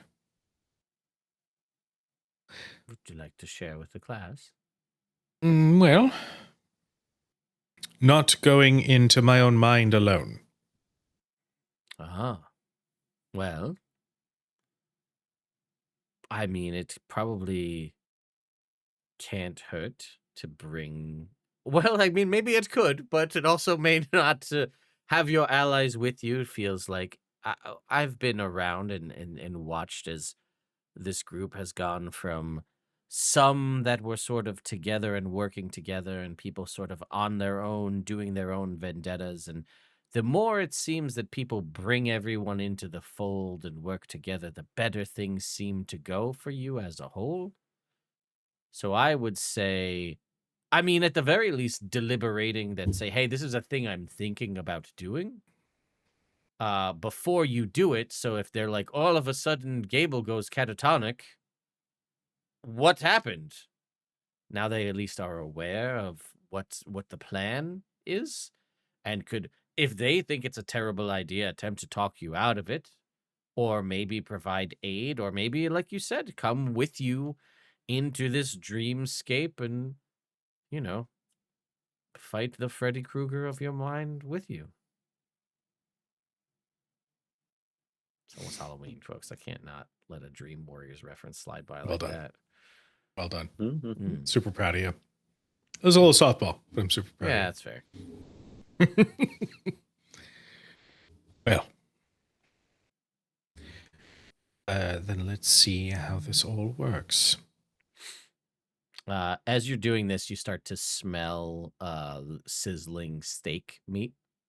And the process of this, as you've been having this conversation, as Bronson's began to finish up his ritual and the foil packet makes its way to the forge, and you watch as Roderick's just kind of like, I don't know.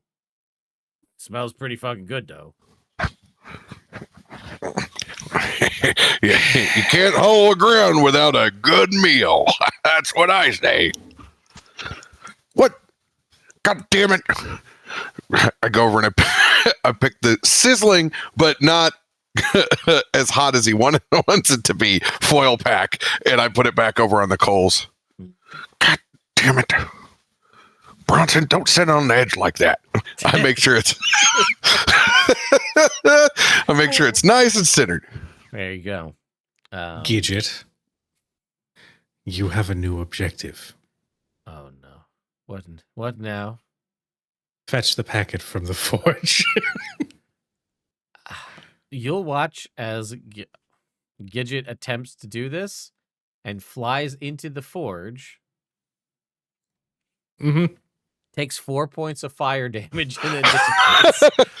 Oh no, so sorry. I thought it would work, but what do I know? Oh, Holy shit, man. Oh. damn. will remember Wank this. indeed. Yeah. Good. Oh, remember that time? Remember this? Remember that? Meh. Remember how you wouldn't give me chocolate? Mm. That's not Gidget. But what do I know?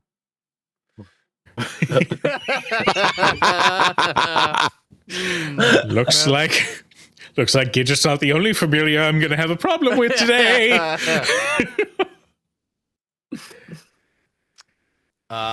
Yeah, so you guys continue to cook these fajitas to make magical fajitas in the Forge of Spells. Holy fajitas. Holy fajitas indeed. Well, I'm going to cut back to our Hell yeah. crocodile or alligator and then also Bishop swimming through the hot springs together.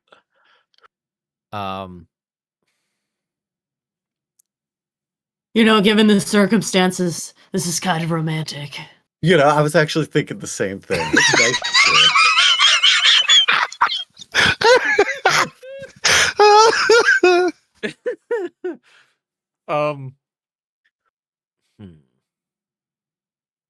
very us. It's like the first time Feels we've had right. like, yeah, I know, just like doing a thing together in a while. Yeah, this doesn't count as a date, though. Well, fair. Fair. Okay. Oh, what's that in the distance? Well, you're queuing it up, so all right, let's see. I'm gonna need you to roll me a D6, Jake. Oh no, did they tip the thing? Did they tip the thing? No! No. Okay, no, we're still good. Thank God. All right, a 4. Okay. Well, let's see. Go ahead now that I know what there is to see. Make me you know what? Let's start with making me both of you stealth checks first. Okay.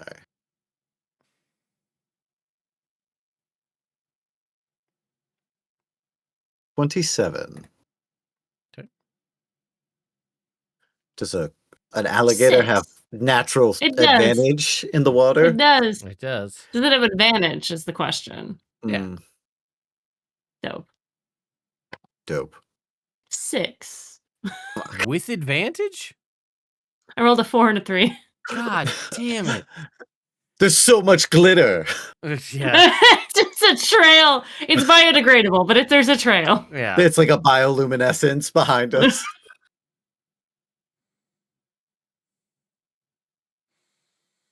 Mm. Hmm. Okay. Hmm. Well, Now that you've made those checks, I'm going to need perception checks. All right.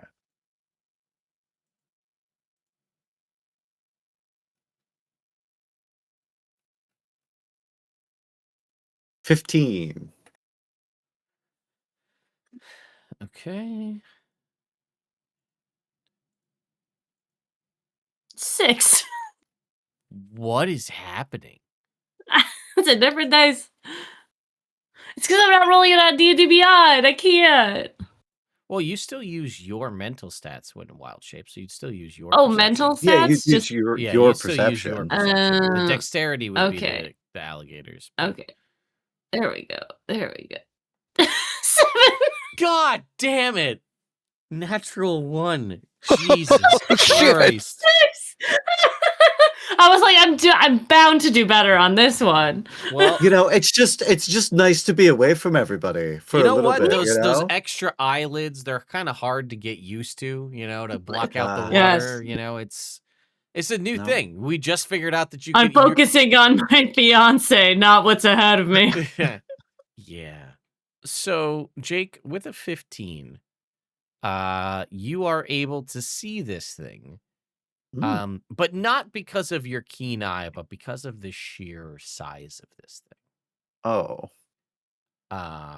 And you are very lucky that your stealth roll was high enough to make up for Alligator Soot's very poor stealth roll. Okay. You see now you're swimming, and maybe it's one of those where you're swimming along and kind of your head bobs down under the water, and you kind of it's not salt water per se, so it's not. It has sulfur in it, so it is a little stinging to the eyes, but Sure. it's not like it's not. You have some vision, and it is dark here, so it only goes out so far, but you can see off in the distance a very large shape under the water. And the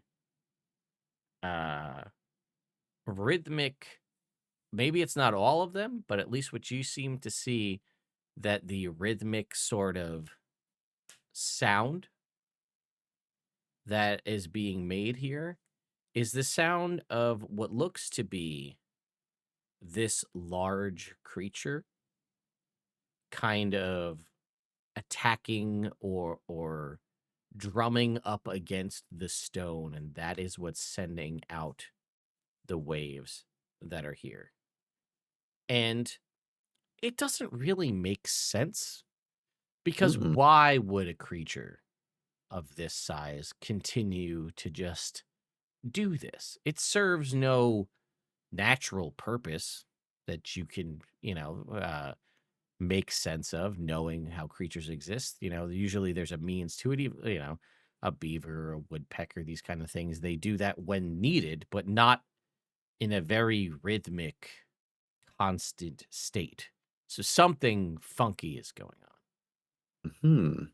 But what I'll say that you can pick out, and as you kind of stop your alligator fiance from going too much further forward. Hey, honey, 1 minute. And she just no idea what you're looking at, even with her underwater vision. And maybe it's because the eyes are up top, predator eyes. She's not Up top. Yeah. It looks like a very large turtle. Like bigger than huge. Maybe huge, maybe teetering a little past that size turtle here under this water. What? There's a turtle under the water. It's gargantuan, almost. Really? Yeah.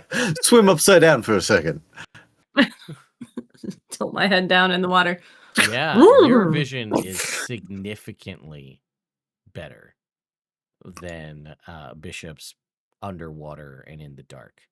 And yeah, this is a large, very, huge, almost, again, gargantuan, potentially sized turtle creature. Looks sort of could, like maybe like a snapping turtle, but like that's too big for a snapping turtle. Too Go big. ahead and make me a nature I make- check. Yeah. This one, I can't roll a 6 on. How's a 26? Ooh. Yeah, so you've never seen one. But the only way you could think of to describe a creature of this size would be a dragon turtle. It's a dragon turtle. Oh. I've never seen one before. No, me neither. And its tail is just... And as it does that and slaps the ground for whatever reason, the echo of the waves come forward.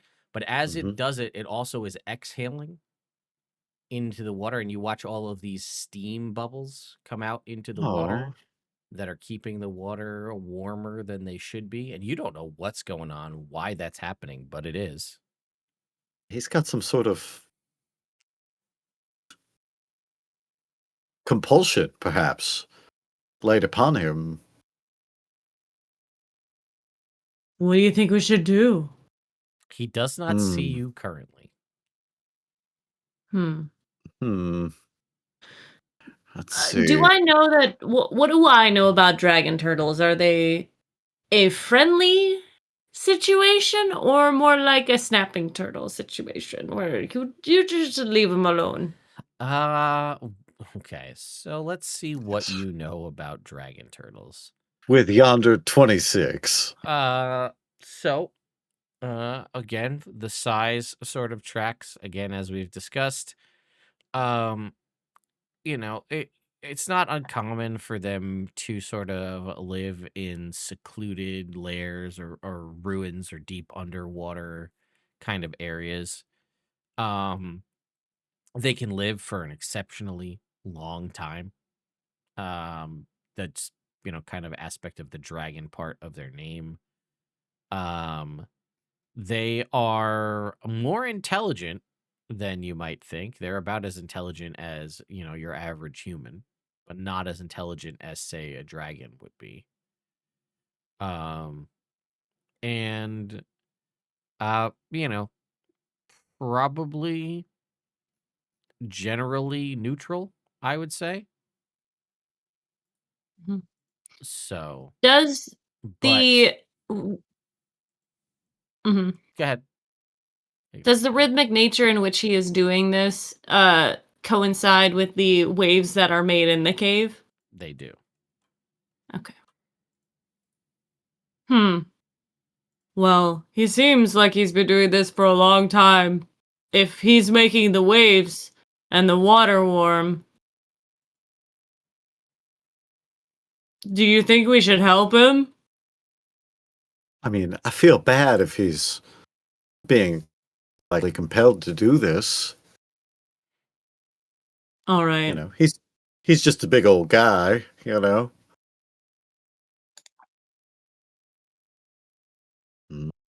about this? What if I try dispel magic on him and then we run away? You have to be within 60 feet for that to work. What if I do dispel magic and then haste on you, my crocodile wife, and then you swim us away? The little hands go up towards the face like this. I like it when you call me your wife. That voice. Majestic, beautiful, alluring. Got the snort count in, baby. My summoning to the beacon. Is that something I can do once a day? We've never established that. So Efficiency times per day? Sure, why not? We'll say that. I'll be nice. That's very nice. Worst case scenario, I could just bamf us out of here. Okay. All right. What do you think? Is this a terrible idea? A creature in need is a friend indeed. All right. I'll give it a shot. I'm going to sneak up to within 60 feet and cast Dispel Magic on the thing. Okay, hang on. All right. Let's make another roll. Please hold. And this one. Okay.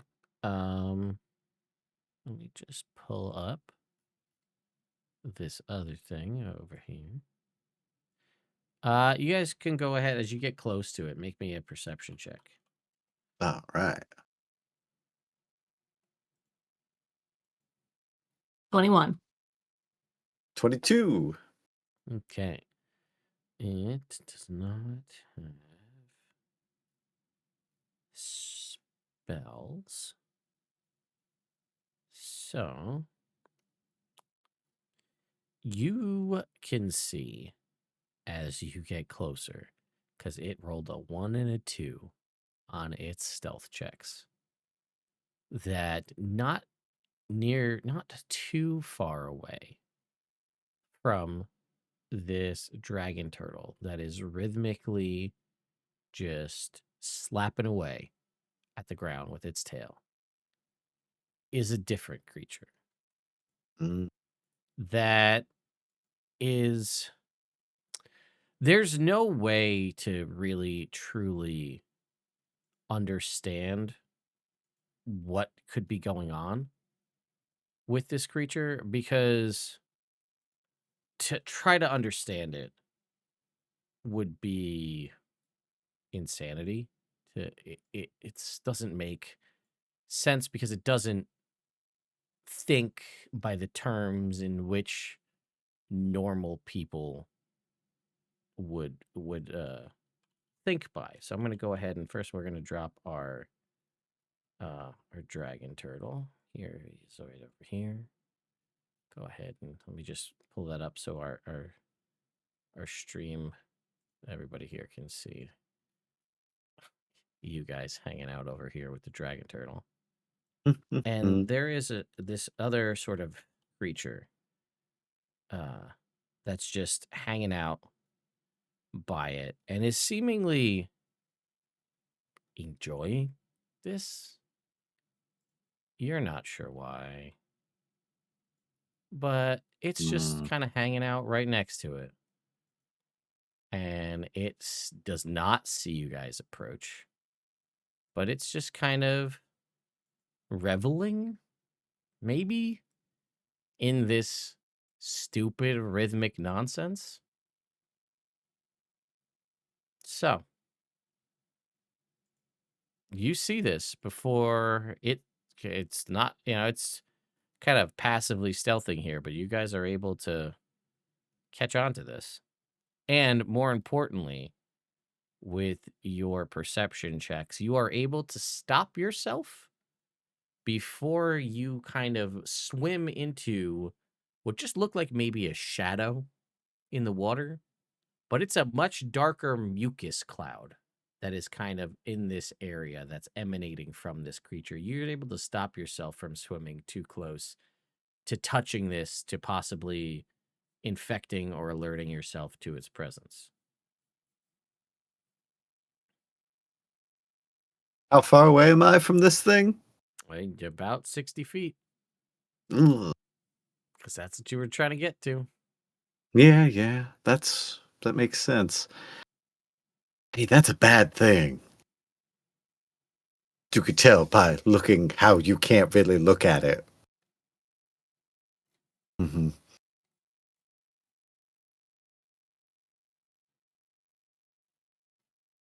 It seems to be maybe controlling the turtle.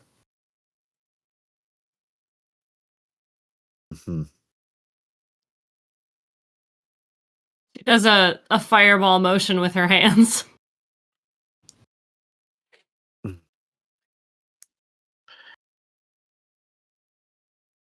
You would know. I mean, at the very least, underwater is not the best place for a fireball, but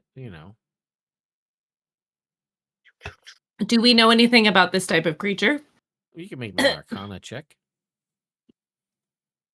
I would love to. 4. A 6. 13. I think I only have advantage when it's Well, 13 arcane plus base higher. 7, so 20. Right? Oh, for yeah, your 20. Arcana check. So, yeah. Aboleths. They are strange alien creatures. Awesome. They are awesome. That is very true. Yeah. But again, they are aberrations. So trying to, truly understand the machinations of their mind is unlikely. But they have all sorts of weird capabilities. They dream of dead empires, and they orchestrate plots that unfold over ages of time. They are immortal physically and mentally. They are weird, slimy creatures, and this mucus that if kind of people sort of make their way into, they become cursed to slowly begin to transform into these creatures to only be able to breathe through like mucoid membranes rather. They have immense telepathic capabilities and domination abilities, the ability to consume and control minds and memories, to drain people via their various tentacle attacks. They are hyper intelligent. But again, they have that sort of weird alien mindset. So trying to understand one's method or why they're doing something is likely impossible because their brains just operate on an existence and a plane that normal mortal consciousness just can't comprehend. And they usually lurk in places where there's all sorts of weird ancient mysteries, ruins of aquatic empires, magical nexuses, places where the planes sort of come together and are kind of close to where there's bleed through. But yeah, This is all of those. This is all of those, exactly. And then they consume the minds of weaker individuals, and eventually they dream of these early sort of proto worlds where aboleths sort of reign supreme in the earliest eons of the multiverse. And they dream of the days in which that time will come again. So this one, however, is a brood mother. This is a significantly more ancient, more powerful version of an aboleth. They have kind of improved influence over the domain in which they reside. They have all sorts of other lovely abilities that people have only guesstimated at, as most people who've encountered them haven't lived to tell the tale. But yes, in avoiding the mucus membrane, that sort of cloud that surrounds them, is definitely a good idea.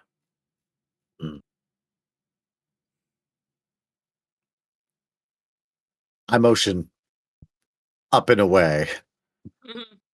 Yeah, we're gonna scoot on back. We're gonna scoot on back. Okay. Yeah. Get up to the surface, say, ew. Whoa, that was wild. Yeah, I don't like that thing. I think we should go get the rest of the team and then come back and free the turtle. Right. I think that's going to be another day, though, because we'd have to prepare water spells, and I only have one. Yeah. For sure. I'm down to do it later, but I'm just saying, we can't just leave the... No, the I track. agree. Yes. Right. But he has been here for eons. I think he can wait another day. Yeah. Oh, yeah. Hey, look at that thing. Haha. No. Right. Well, why else did we come out here? Came to explore while they were hallowing the cave. Where do you think we'll find the ghosts? I don't know. I guess maybe. Well, they were at Forge previously, and then there was that little training room right there, so we could check there. I don't know. I thought maybe there would be like an island out here in the middle of nowhere, but there hasn't been. But I mean, we can't. We'll come back. It'll be good. Yes, we will. Yeesh. Ugh.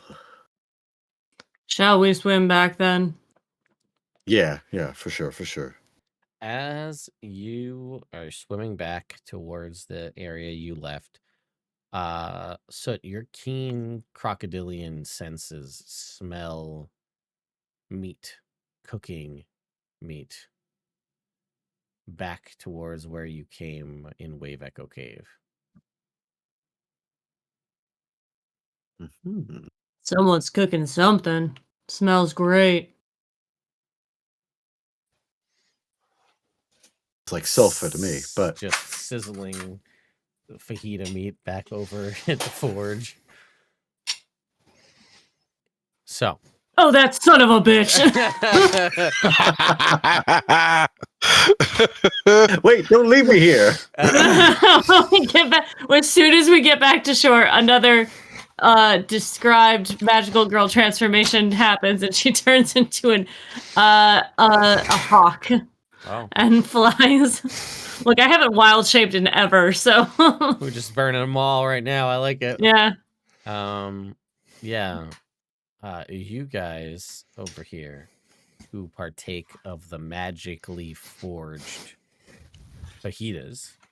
So that would be Gable, Roderick, and Bronson. There's only no. Oh, no, you're not eating? Oh, I am not. I know that is asking for problems if I imbibe on the forbidden religious fajitas. All right. Well, you know what? Roderick's like, oh, yeah, I'll have some of that. Hell yeah. So you only have the one packet. So it's just enough to split for like a fajita a piece, between, after you. I have big pockets. All right. So. It's a dwarven party, bibs optional. All right. Well, you and Roderick each get your fajitas, and you eat as you will, right. We're going to say you guys finish eating these fajitas as a hawk begins to round the corner. Yeah, goddamn, that was a good fajita. I'm giving a fajita forged in the Forge of Spells, the only known, at least to most of the realms, and you guys specifically, device of crafting magical items consistently. We're gonna count that fajita as a hero's feast. Hey, yo. So well. Have the tables table turned? As a the hawk, as you just like licking the fingers off that fajita as a hawk comes barreling around the corner into the room. It transforms and Red Soot is standing there. Fire Oh God, in it's her a hand. satanic falcon. What did you do? Consecrate the forge. Besides that, Had a little snack. Sorry, we're out.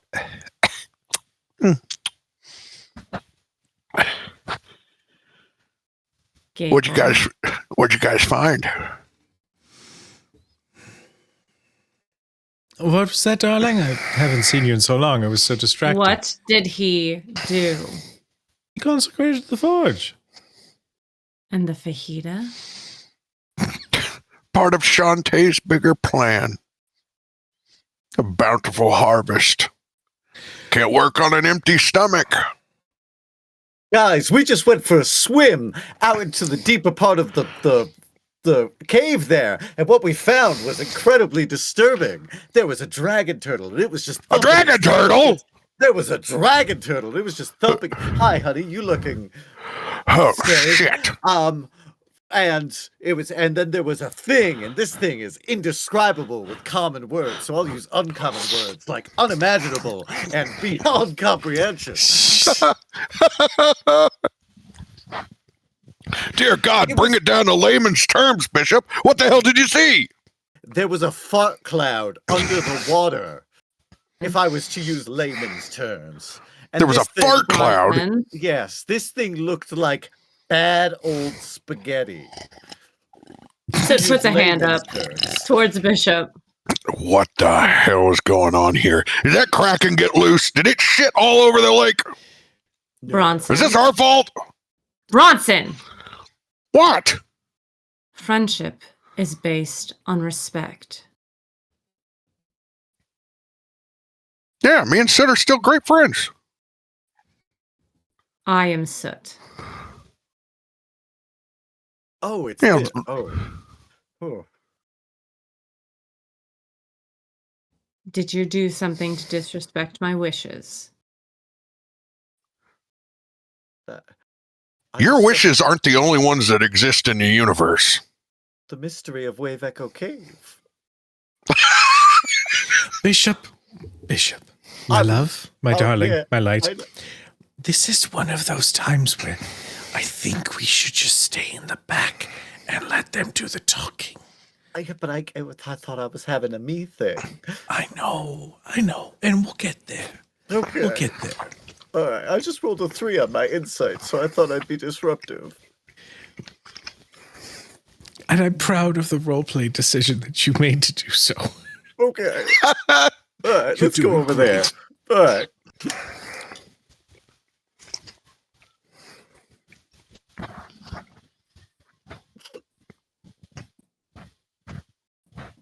So what are we going to do about this dragon turtle? Nothing. Not yet. We can't.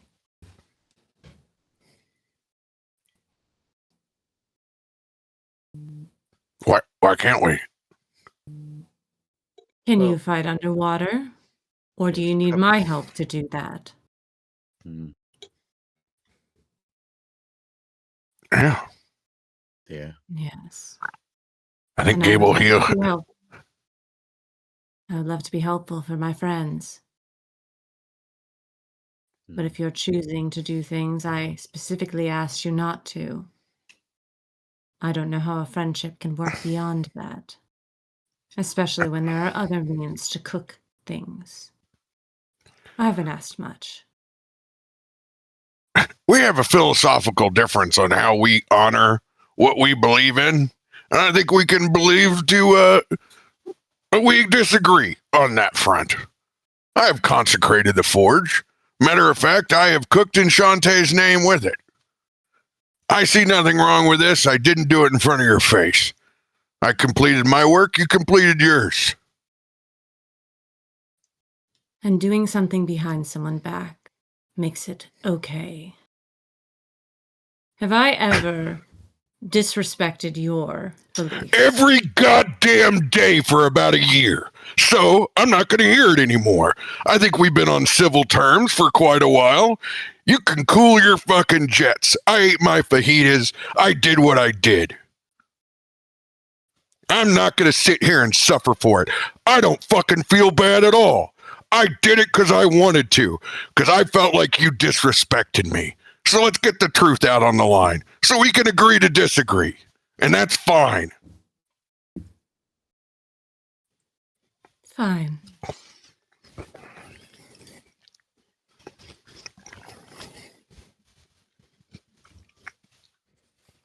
And it's warm because the dragon turtle has steam breath.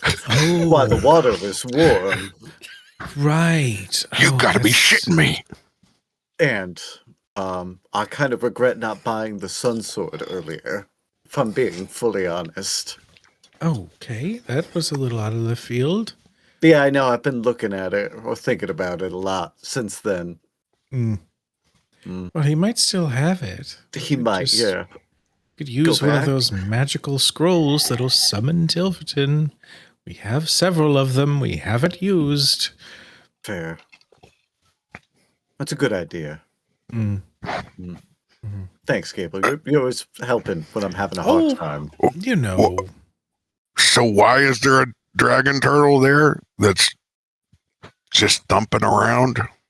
Well, it seems to be enslaved by the aboleth and its miasma of disgustingness to create some sort of rhythmic pounding, which the aboleth finds pleasing. Why? Who could know? Such a complex and horrific mind. The bad spaghetti monster.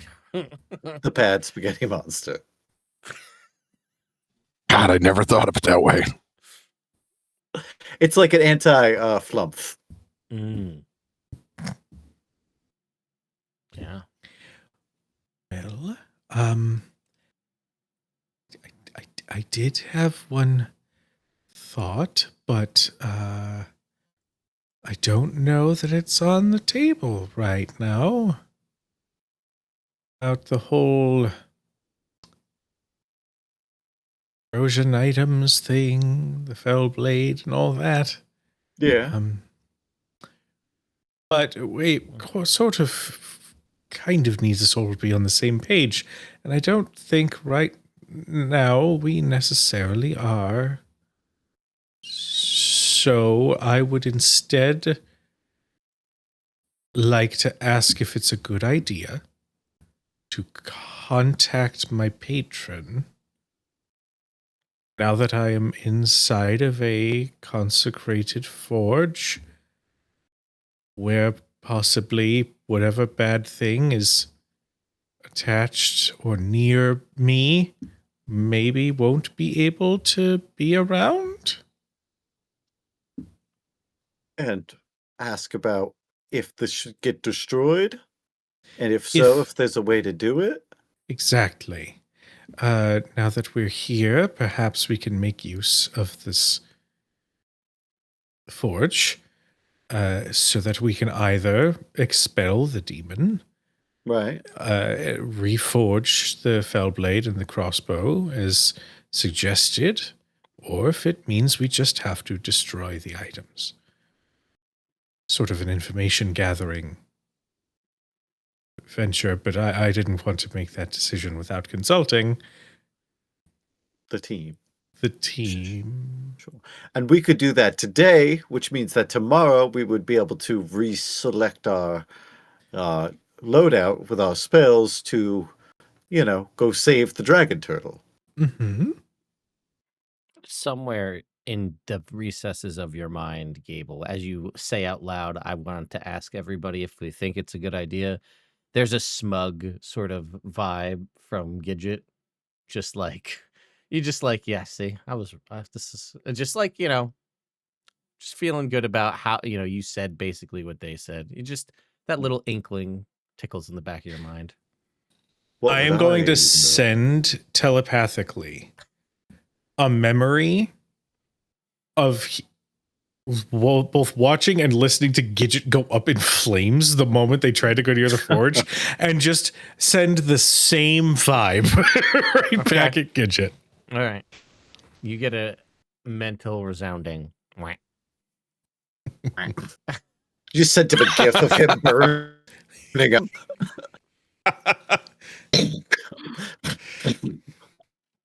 All right. Well, with all of that, I like this idea. I'm going to call this episode for this week. We got a lot of stuff was said and went down, and new avenues and more questions. There's a lot of stuff said. Are we back next week? Is everybody good for next week? Yeah. I think so. The 5th? Yeah. Yeah. All right. Well, we will see you guys next week. I'll go down the line here. Robert, what's going on with you? Where can the internet find you? You can find me at twitch.tv/Captain Robert, but more importantly, you can come and join us this Friday at 9 p.m. EDT, where we do a Halloween one-shot for Cujo, because we're going to get him to PAX U, baby. Come join the fundraiser. We're going to do a one-shot involving your favorite Dillard Cobbler pot and his haunted historic mansion, as the rest of the sins of his cobbler pot empire continue to haunt him with overdue warranties, bad customer service tickets, and the general sins of his past. So come watch the Ghost Wrestlers come do some busting. Turns out you can't just set it and forget it, actually. The moral of the story. LB, how about you? Hello, everyone. LB can be found on that one shot as a Goliath warlock. And you can find her on Sunday. We are doing our first of 3 episodes, a bi-weekly Morkborg game starring Crit Bard from chat. Can you guys still hear me? Yes. Okay, good. Also, we have Josiah, aka the Dungeon Dad, and Madame Ava Couture, the stunning, and that will be run by the Kraken Crown Val, which will be a lot of fun. I've never played that system before. And then next week should be back to normal, where we're playing spooky games on Fridays. That's me. All right, Jake. What's up, chat? On Friday, you will catch me out trick-or-treating with my kids. But later, I'm going to be jumping in the chat to donate to said stream to get Cujo 2 packs. Otherwise, you can catch my podcast, Legends Rerolled, wherever you listen to podcasts. It's a TTRPG where we play through classic stories, right? Well, whatever, Ted. Don't look at me like that. Yeah. Anyway, a podcast where we listen to podcasts. We listen to podcasts. We make podcasts. We listen to them. I don't know. Masterful, Jake. Cujo. Hi, everybody. I'm Cujo. You can find me all over the places, either Cujo Plays Games or Critic Chronicles. And I'm Core Grin, and you can find me on Friday night going to do some ghost fighting, ghost wrestling. I don't know what I'm doing. But typically, you can find him also at Crit Hit Chronicles, another TTRPG-focused channel. Speaking of which, it was announced today that you can watch a special Daggerheart one-shot before the Critical Role episode over at the Darrington Press YouTube channel next Thursday. You can also check us out for the Scream finale, a bit of a spooky game, on Tuesday. There's already one character that's died. I'm sure there's going to be a couple more. And then Fridays next week, you can catch us for Shadows Over Baldur's Gate. It's like a spiritual sequel thing to Baldur's Gate 3. So if you're a fan of that, then definitely tune in. Until then, I'll see you Friday, where hopefully we can get Cujo to get to PAX U, because that would be really, really cool. Yeah, it certainly would, and I hope that happens. I'm Ted. This is my channel, Nerd Immersion. I'm on Robert's channel a handful of times. We play a lot of video games together as well. And I put out like 5 videos over the course of 12 hours yesterday, as well as shorts every day, because YouTube said, hey, if you put out a short every day for a month, we'll send you a blanket. And I was like, I don't know, that sounds dumb, but I want it. So Blanket. I'm gonna get some YouTube shorts blanket, I guess. But yeah, we got a lot more content to come as the Forgotten Realms 2 new books dropped yesterday in early access. That's Forgotten Realms Heroes of Faerun and Forgotten Realms Adventures in Faerun. That is 8 brand new subclasses, a whole variety of new origin feats, general feats, epic boons. We've got new mundane equipment. We've got new magical equipment, although they went real heavy on artifacts for the new magic items, which is like who uses the artifacts. But either way, we got a variety of new monsters. We've got new spells. We've got a concept of circle magic where multiple spellcasters can come together to cast augmented versions of a spell. We also some of those monsters include legendary updated 2024 stat blocks for characters like Manshun and Samaster, as well as officially bringing song dragons back into the lexicon of Dungeons and Dragons 5th edition in the form of a slightly changed name, calling them spirit dragons now. But hey, we have all full stat blocks for Song Dragons and Deep Dragons as of these 2 new books. And in just a couple weeks, we're going to have 3 new digital drops for more content for those books. Asterian's Book of Hungers, which is going to have over 18 different vampiric feats, as well as an updated Dhampir race and more vampire goodness. A whole book about Netheril before it fell. And then the final one will be the crossover book with Lorwyn Shadowmoor, the sort of Magic the Gathering meets Fairy Moonshae Isles. Bunch of stuff coming. And then, hey, next month, it'll be Eberron Forge of the Artificer. So we got no shortage of new content coming over the next couple of weeks here. So you're going to want to stay tuned to the channel to check that stuff out. Anyway, this has been a lot of fun, a lot of questions asked, a lot of questions raised as well. But hey, we're back next week for the 3rd week in a row to be able to continue telling this story. So we look forward to seeing you all next time. Have a great night, everyone, and happy early Halloween. Ooh.